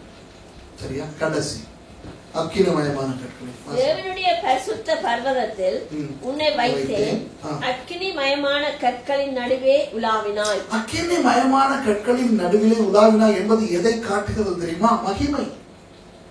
ஆண்டவர் இவனைத்தான் மற்ற தூதர்களை விட மகிமைப்படுத்தி இருந்தார்.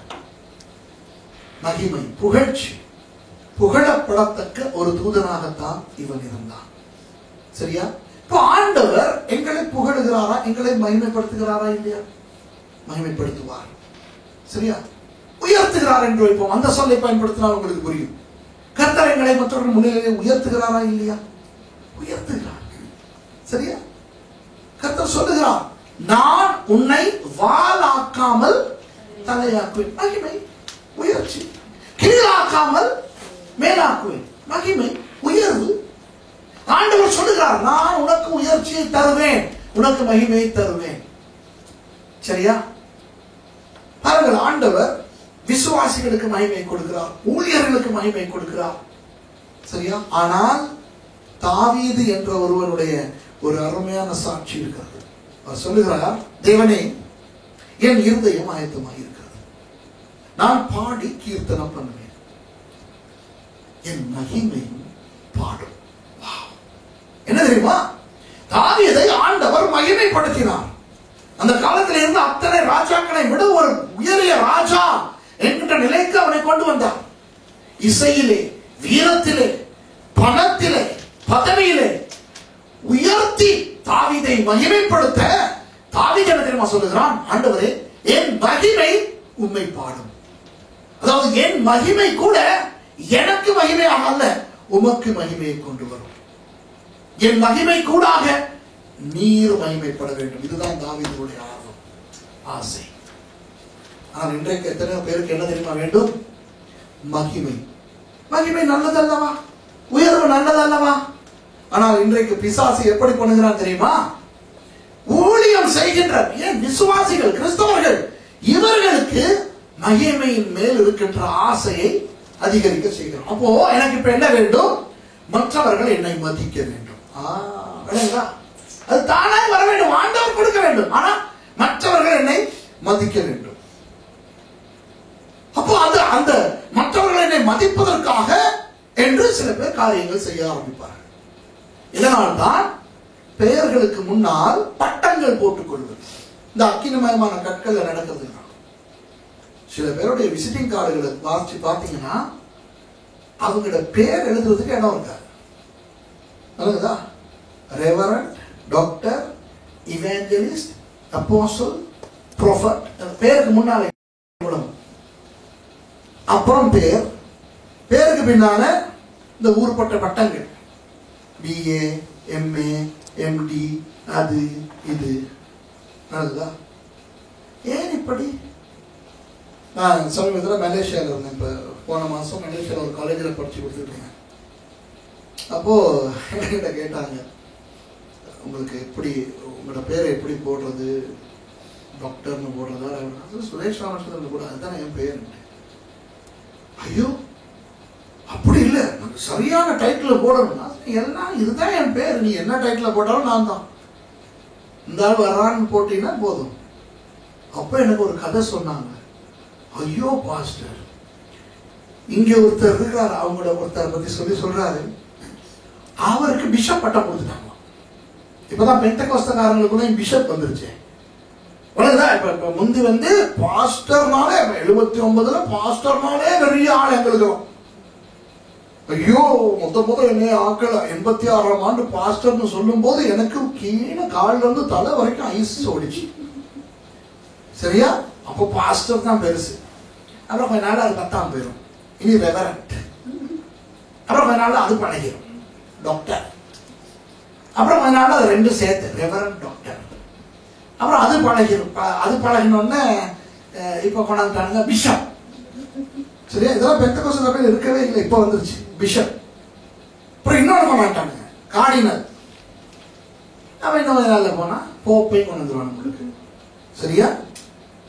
அப்புறம் இன்னும் கொஞ்ச நாள் போனா தேவன். விளங்குதா?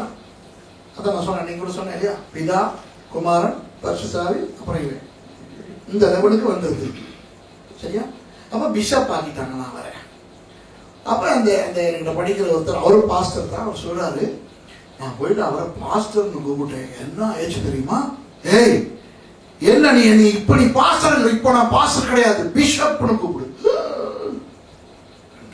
உண்மையா நடந்தது சொல்றேன். சரியா? சில பேருடைய சர்ச் ஆபீஸ்க்கு அந்த போனா போட்டிருந்து பேராயர், பேராயர் பிஷப் என்ற தெய்வம். மகிமையை தேடுகிறார்கள். விளங்குதா? கர்த்தர் நம்மை மகிமைப்படுத்துவார். சும்மா பெயர்களுக்கு முன்னாலே பட்டங்களையும் பதவிகளையும், பெயருக்கு பின்னாலே பட்டங்களையும் போட்டு மகிமையை எதிர்பார்க்க கூடாது. சரியா? இன்றைக்கு எத்தனையோ பேர் இப்படி தங்களுக்கு மகிமையை சேகரிக்க பெரிய சபை வேணும், நிறைய ஜனங்கள் வரணும். இன்றைக்கு நிறைய சபைகளை பார்த்தா பாவத்தை குறித்து பரிசுத்தத்தை பற்றி எல்லாம் பேசுறது கிடையாது. வெறும் இயேசு உன்னை நேசிக்கிறார், இயேசு உன்னை தடவுறார், இயேசு உன்னை கொஞ்சுறார், இன்றிலிருந்து உனக்கு ஆசீர்வாதம். அப்பதானே இடம் வரும். இவ்வளவு நாள் ஆசீர்வதிக்க முடியல ஆண்டவருக்கு, இன்னும் தான் ஆசீர்வாதம். இன்று முதல் நிரப்பிக்கிட்டு இருப்பான் சர்ச். ஒரு பக்கம் சர்ச் நிரம்பும், இன்னொரு பக்கம் பணமும் நிரம்பும். பரிசுத்தத்தை பேச மாட்டாங்க, வசனத்தை பேச மாட்டாங்க. ஏன்னா ஜனம் போயிடும். மகிமை உண்மையாக பிசாசு இன்றைக்கு போலியான மகிமையை ஜனங்களுக்கு கொடுத்து கொண்டு இருக்கிறான். இதுதான் சாத்தானுடைய வரங்கள். பாத்தீங்களா? இதெல்லாம் நல்லது தானே, இதெல்லாம் உண்மையாக நல்லது. கர்த்தர் மகிமைப்படுத்துவார், கர்த்தர் பணம் தருவார், கர்த்தர் நமக்கு ஞானத்தை கொடுத்திருக்கிறார். சரியா? கர்த்தர் நமக்கு அதிகாரத்தை கொடுப்பார். ஆனால் பிசாசு என்ன செய்கிறான்? குறுக்கு வழியிலே கர்த்தரிடத்திலிருந்து வருகின்ற அந்த நன்மைகள் நம்மை வந்து அடைவதற்கு முன்பதாக இவற்றை நமக்கு எடுக்க வைத்து நம்மை திசை திருப்பி வீணாக்குகிறான். ரொம்ப அதிக நேரம் பேசிட்டேன். நான் நினைக்கிறேன் கர்த்தர் உங்களோட பேசியிருப்பார். ஒரு சில காரியங்கள்ல இருந்தது எங்களுக்கு தெரிந்த ஜனங்கள் குறிச்சும் எங்களுக்கு இப்ப சில காரியங்கள் தெரிஞ்சிருக்கும். இந்த காரியங்களையும் அந்த நபர்களையும் ஜெபத்திலே வைப்போம். இனி கவனமாக இருப்போம், சாத்தானுடைய இந்த சூழ்ச்சிகளுக்கு மாட்டிக்கொள்ளாம. ஓகேயா? சரி, அப்ப எழுமுக ஜெபம் பண்ணி முடிப்போம். ஹல்லேலூயா, ஸ்தோத்திரம் ஆண்டவரே. பரிசுத்தமுள்ள தேவனே, இந்த மாலை நேரத்தில் உங்கள் பாதத்துக்கு இயேசு நாமத்தில் வருகிறோம்.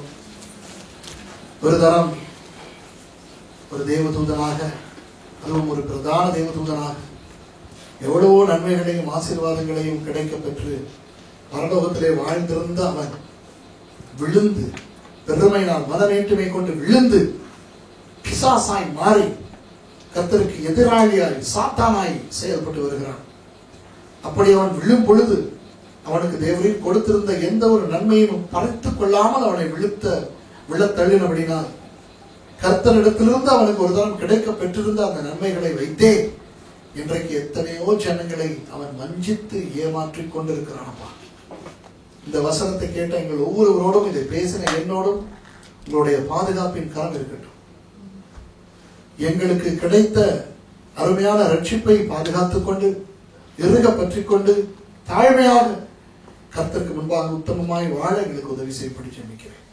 மிகவும் கவனமாய் வாழ எங்களுக்கு உதவி செய்யப்படி ஜெபிக்கிறேன். கர்த்தாவே, உங்களை துக்கப்படுத்தாமல் உங்களுடைய நேரம் வரும் வரை பொறுமையாய் காத்திருந்து அந்தந்த ஆசீர்வாதங்களை நாங்கள் பெற்றுக்கொள்ள எங்களுக்கு உதவி செய்யும்படி ஜெபிக்கிறேன். எங்கள் ஒவ்வொருவரையும் உங்கள் பாதத்தில் வைக்கிறேன். நாளைய ஆராதனையும் உங்கள் பாதத்தில் வைக்கிறேன். உங்கள் நாமம் ஒன்றையும் மகிமைப்படட்டும். இயேசுவின் நாமத்தில் பிதாவே, ஆமென்.